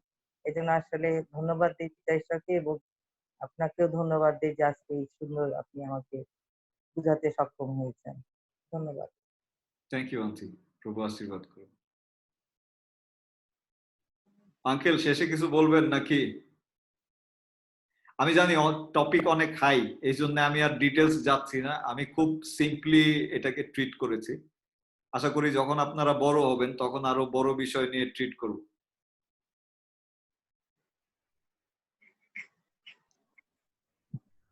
আসলে ধন্যবাদ দিই যে সুন্দর বাক্যের জন্য, যে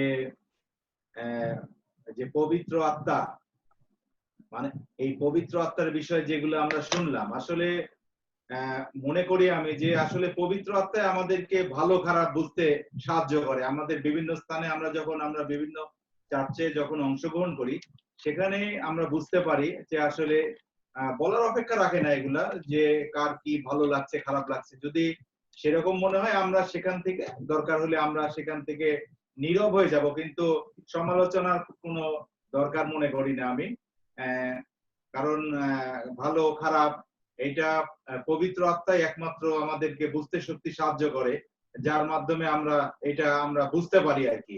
এটা ঈশ্বর আমাদেরকে সেই আত্মা দেন বলেই আমরা সেটি বুঝতে পারি যে উনি আসলে পবিত্র আত্মা প্রাপ্ত কিনা। এইটা আমি মনে করি আমার ইয়াতে, কারণ আমি অনেক জায়গায় এগুলাতে ফেস করছি। আমি এটা বুঝতে পারছি যে আমি তখন নিজেই সেখান থেকে আমি নিজেই নিজেকে গুটিয়ে নিয়ে আসছি, কারণ আমি মনে করি সেটা পবিত্র আত্মাই আমাকে সেখান থেকে, যে ওখানে আমার ওটা মানে ওখানে শয়তানের ওখানে পবিত্র আত্মা আমাকে চাচ্ছে না যে আমি ওখানে ভালো কিছু করি। এটা আমার ব্যক্তিগত, আমার মানে ওপিনিয়ন, মতামত, যেটাই বলতে পারেন।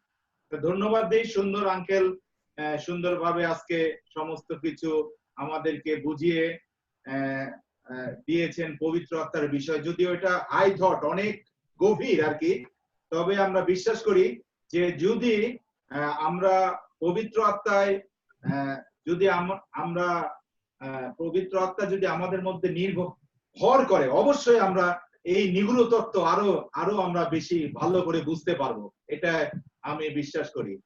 ধন্যবাদ দিই আঙ্কেলকে, এবং ধন্যবাদ দিই যারা পার্টিসিপেন্ট আজকে যারা অংশগ্রহণ করেছেন সকলকে ধন্যবাদ দিই। বিশেষ করে আমরা অনেক সময় দেখি, আমার ডেভিড দা এখন যেমন উনি এখন বসেছেন সুন্দরভাবে, এরকম গোপনে না বসে আপনি সরাসরি সামনে বসবেন, লুকায়ে থাকার দরকার নাই, সামনাসামনি আপনি আমাদের সঙ্গে দেখা করে কথা বলেন, অসুবিধা নাই। আমরা চাই যে আমরা সরাসরি সামনাসামনি থাকি। এখানে আমরা নিজেরাই পরিবার একটা, আমরা এখানে ওই কে গৌরব পলাই যাচ্ছে পিছনে দরকার নাই, সামনে থাকুক, অসুবিধা নাই। হ্যাঁ, এটা আমরা পরিবার, যেহেতু সবাই আমরা সামনে থেকে আমরা সবাই সমস্ত কিছু আমরা শেয়ার আমরা করব। আমরা ধন্যবাদ দিই। এই সময় আমাদের বয়োজ্যেষ্ঠ আমাদের জর্জ দাদা আমাদের সকলের মুখ স্বরূপ হয়ে আমাদের শেষ প্রার্থনা করবেন। প্রার্থনায় যাই। তার পূর্বে বলতে চাই যে আসলে প্রভুর বাক্য আমরা নিগুড় তথ্যগুলি বুঝতে চলেছি, যেগুলি আসলে আমরা এতদিন, আমার বয়স তো অনেক বেশি, 61 বছর চলছে রানিং। তো সেখানে আমি এতদিন পর্যন্ত আমি অনেক মণ্ডলীর সাথে সংযুক্ত থেকে আসলে এইভাবে বাক্য পাইনি, কিন্তু প্রভু আশীর্বাদ করেছেন। যে আমরা বাক্য পাচ্ছি এবং আমাদের হৃদয়ের কাঙ্ক্ষিত প্রশ্নগুলিও আমরা উত্তর সুন্দরভাবে পাচ্ছি। যেটি আমি বলতে চাই অল্প সময় নিয়ে, সেটি হলো যে একজন ডক্টরেট, থিওলজির উপরে ডক্টরেট, ওনাকে আমি প্রশ্ন করেছিলাম, মানে আমি তখন ন্যাড়া মাথায় চার্চে বসেছিলাম এবং একটি টুপি মাথায় ছিল। তো উনি বলছিলেন ছেলেদের মস্তক উন্মুক্ত থাকুক, মেয়েদের মস্তক অবগুণ্ঠিত থাকুক। তা আমি বললাম যে আমি তো টুপি খুলবো না। তাহলে তুমি খুলবা না, তাহলে তুমি চার্চে এসো না। তা আমি বলছি যে হ্যাঁ, আমি চার্চে বসবো না, কিন্তু আমার যদি একটি প্রশ্নের উত্তর আপনি দিতে পারেন। টুপি মুসলমানরা পরে, দ্যাটস ওয়াই আমরা পড়তে পারবো না। মুসলমানরা তকসেদ করে, দ্যাটস ওয়াই আমরা করতে পারবো না। আপনি আমাকে বুঝান কেন তকসেদ করতে আমরা করছি না, এটা কিভাবে? উনি কিন্তু বুঝাতে সমর্থ হয় না, বাট হি ইজ ডক্টরেট। আমি ধন্যবাদ দিই আজকে যে সুন্দর বাক্য থেকে পাস্টর স্টিফেন আমাদেরকে সুন্দরভাবে উপমা সহকারে এবং বাক্য বিশ্লেষণ করে বুঝিয়েছেন। আমরা ধন্যবাদ দিই।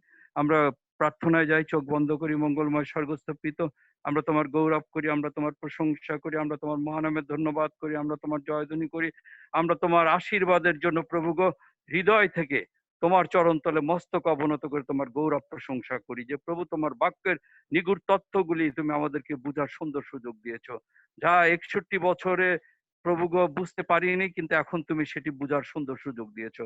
প্রভু গো তোমার এই অলৌকিক আশীর্বাদের জন্য আমরা তোমাকে ধন্যবাদ দিই। শেষ বয়সে হলেও প্রভু তুমি আমাদেরকে তোমার বাক্যের নিগুড় তথ্য আমাদের সম্মুখে রেখেছো।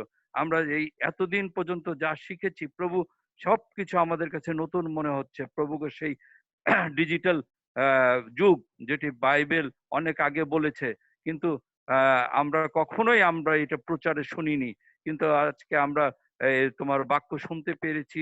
সেই ডিজিটাল যুগের কথা পাস্টর স্টিফেনের মাধ্যমে তুমি আমাদের তুলে দিয়ে ধরেছো, এবং এখন ডিজিটাল যুগ চলছে, কিন্তু বাইবেলে অনেক আগে এই 666 সম্পর্কে লেখা আছে। প্রভু গো তোমার গৌরব করি, প্রশংসা করি যে এই নিগুড় তথ্য আমাদেরকে তুমি দিয়েছো। আমরা ধন্যবাদ দিই যে প্রভু যীশু খ্রিস্ট এই ধরাতে এসেছিলেন। আমরা এতদিন ভাবতাম শুধুমাত্র আমাদের পাপ ক্ষমা করার জন্য, পাপের বলি স্বরূপ হওয়ার জন্য, এবং ক্রুশে আমাদের পাপের জন্য ক্রুশে বিদ্ধ হয়ে মৃত্যুবরণ করে আবার বিজয়ী হয়ে পুনরুত্থিত হয়েছেন। কিন্তু আমরা জানতাম না যে পাপ তিনি পাপকে চিরতরে ধ্বংস করেছেন, কিন্তু আসলে মানে শয়তানকে চিরতরে ধ্বংস করেছেন। কিন্তু আমরা এটাই জানতাম, কিন্তু আমরা তোমার বাক্যের থেকে জেনেছি যে শয়তানকে তিনি এখন ধ্বংস করেননি, তিনি দ্বিতীয় আগমনে শয়তানকে ধ্বংস করবেন। আমরা ধন্যবাদ দিই প্রভু তোমার বাক্যের নিগুড় তথ্যগুলি জানার জন্য। আমরা ধন্যবাদ দিই যে প্রভু যীশু খ্রিস্ট এই ধরাতে শুধুমাত্র আমাদের পাপ ক্ষমার জন্য আসেনি, শুধুমাত্র পাপের উপরে বিজয়ী হওয়ার জন্য আসেনি, শয়তানের উপরে বিজয়ী হওয়ার জন্য আসেনি, কিন্তু তিনি স্বর্গরাজ্য প্রতিষ্ঠার জন্য এসেছেন। প্রভুকে তোমার বাক্য থেকে আমরা এটিও পাস্টর স্টিফেনের মাধ্যমে তুমি আমাদের সম্মুখে তুলে ধরেছো। আমরা এই সত্যের জন্য তোমাকে ধন্যবাদ দিই। তোমার বাক্য আরো নিগুড় ভাবে বুঝতে চাই, তোমার বাক্য প্রভুকে আরো দৃঢ়তার সাথে বুঝতে চাই। তুমি আমাদেরকে প্রভুকে সেই শক্তি, সেই জ্ঞান, সেই বুদ্ধি, সেই আশীর্বাদ তুমি আমাদেরকে দান করো। আমরা ধন্যবাদ দিই এখানে যে কয়জন আমরা উপস্থিত হয়েছিলাম, প্রভু প্রত্যেকের হৃদয়ে আমরা বিশ্বাস করে আজকে সেই পবিত্র আত্মার চেতনা দিয়েছো।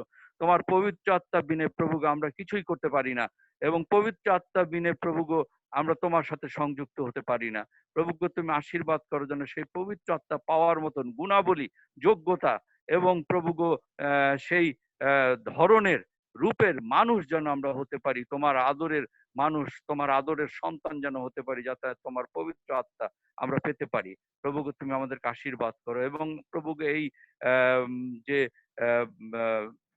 ভিডিও কনফারেন্স হচ্ছে প্রভু সেটিকে তুমি আশীর্বাদ করো, যেন প্রভু এটি শুধু করোনা ভাইরাসের চলাকালীন সময় পর্যন্ত থাকবে তা না, কিন্তু যেন এটি আমরা অনেক দিন পর্যন্ত চালাতে পারি, যেন এটি না থামে এবং তোমার গৌরব প্রশংসা আমরা করতে পারি। আমরা বিশেষভাবে এখন সেই করোনা ভাইরাসকে তোমার হস্তে রাখতে চাই। প্রভু তুমি অলৌকিক, তোমার আশীর্বাদ অলৌকিক, তোমার ক্ষমতা অলৌকিক, তোমার হাত প্রভু অলৌকিক হস্ত, তোমার হস্ত আশীর্বাদের হস্ত, তোমার হস্ত ক্ষমতাবান হস্ত, তোমার আশীর্বাদের হস্ত দিয়ে প্রভু তুমি এই করোনা ভাইরাস তুমি দূর করে দাও, যেন পৃথিবীর মানুষ আবার নির্বিঘ্নে হেঁটে চলে বেড়াতে পারে।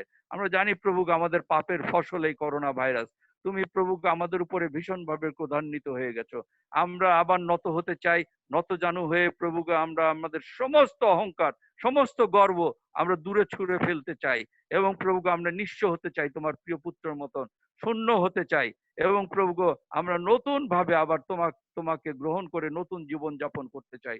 তুমি আশীর্বাদ করো এবং সেই আশীর্বাদের মাঝ দিয়ে প্রভুকে তুমি এই করোনা ভাইরাসকে দূর করে দাও পৃথিবীর থেকে। তোমায় আমরা যে যার অবস্থানে আবার ফিরে যাব, তুমি আশীর্বাদ করো প্রভুগো, যেন সারা রাত্রি আমরা তোমাকে নিয়ে থাকতে পারি এবং যে বাক্য শিক্ষা তুমি দিয়েছো সেটি ধ্যান ধারণা করতে পারি এবং প্রভুগো সর্বশেষে যেন সুনিদ্রা যেতে পারি। তুমি ওদের সঙ্গে তাকে আশীর্বাদ করো, কেননা ক্ষুদ্র ভিক্ষা আমাদের জন্য ক্রুশে হত মুক্তিদাতা ত্রাণকর্তা প্রভু যীশু খ্রিস্টের নামে চাই, আমেন।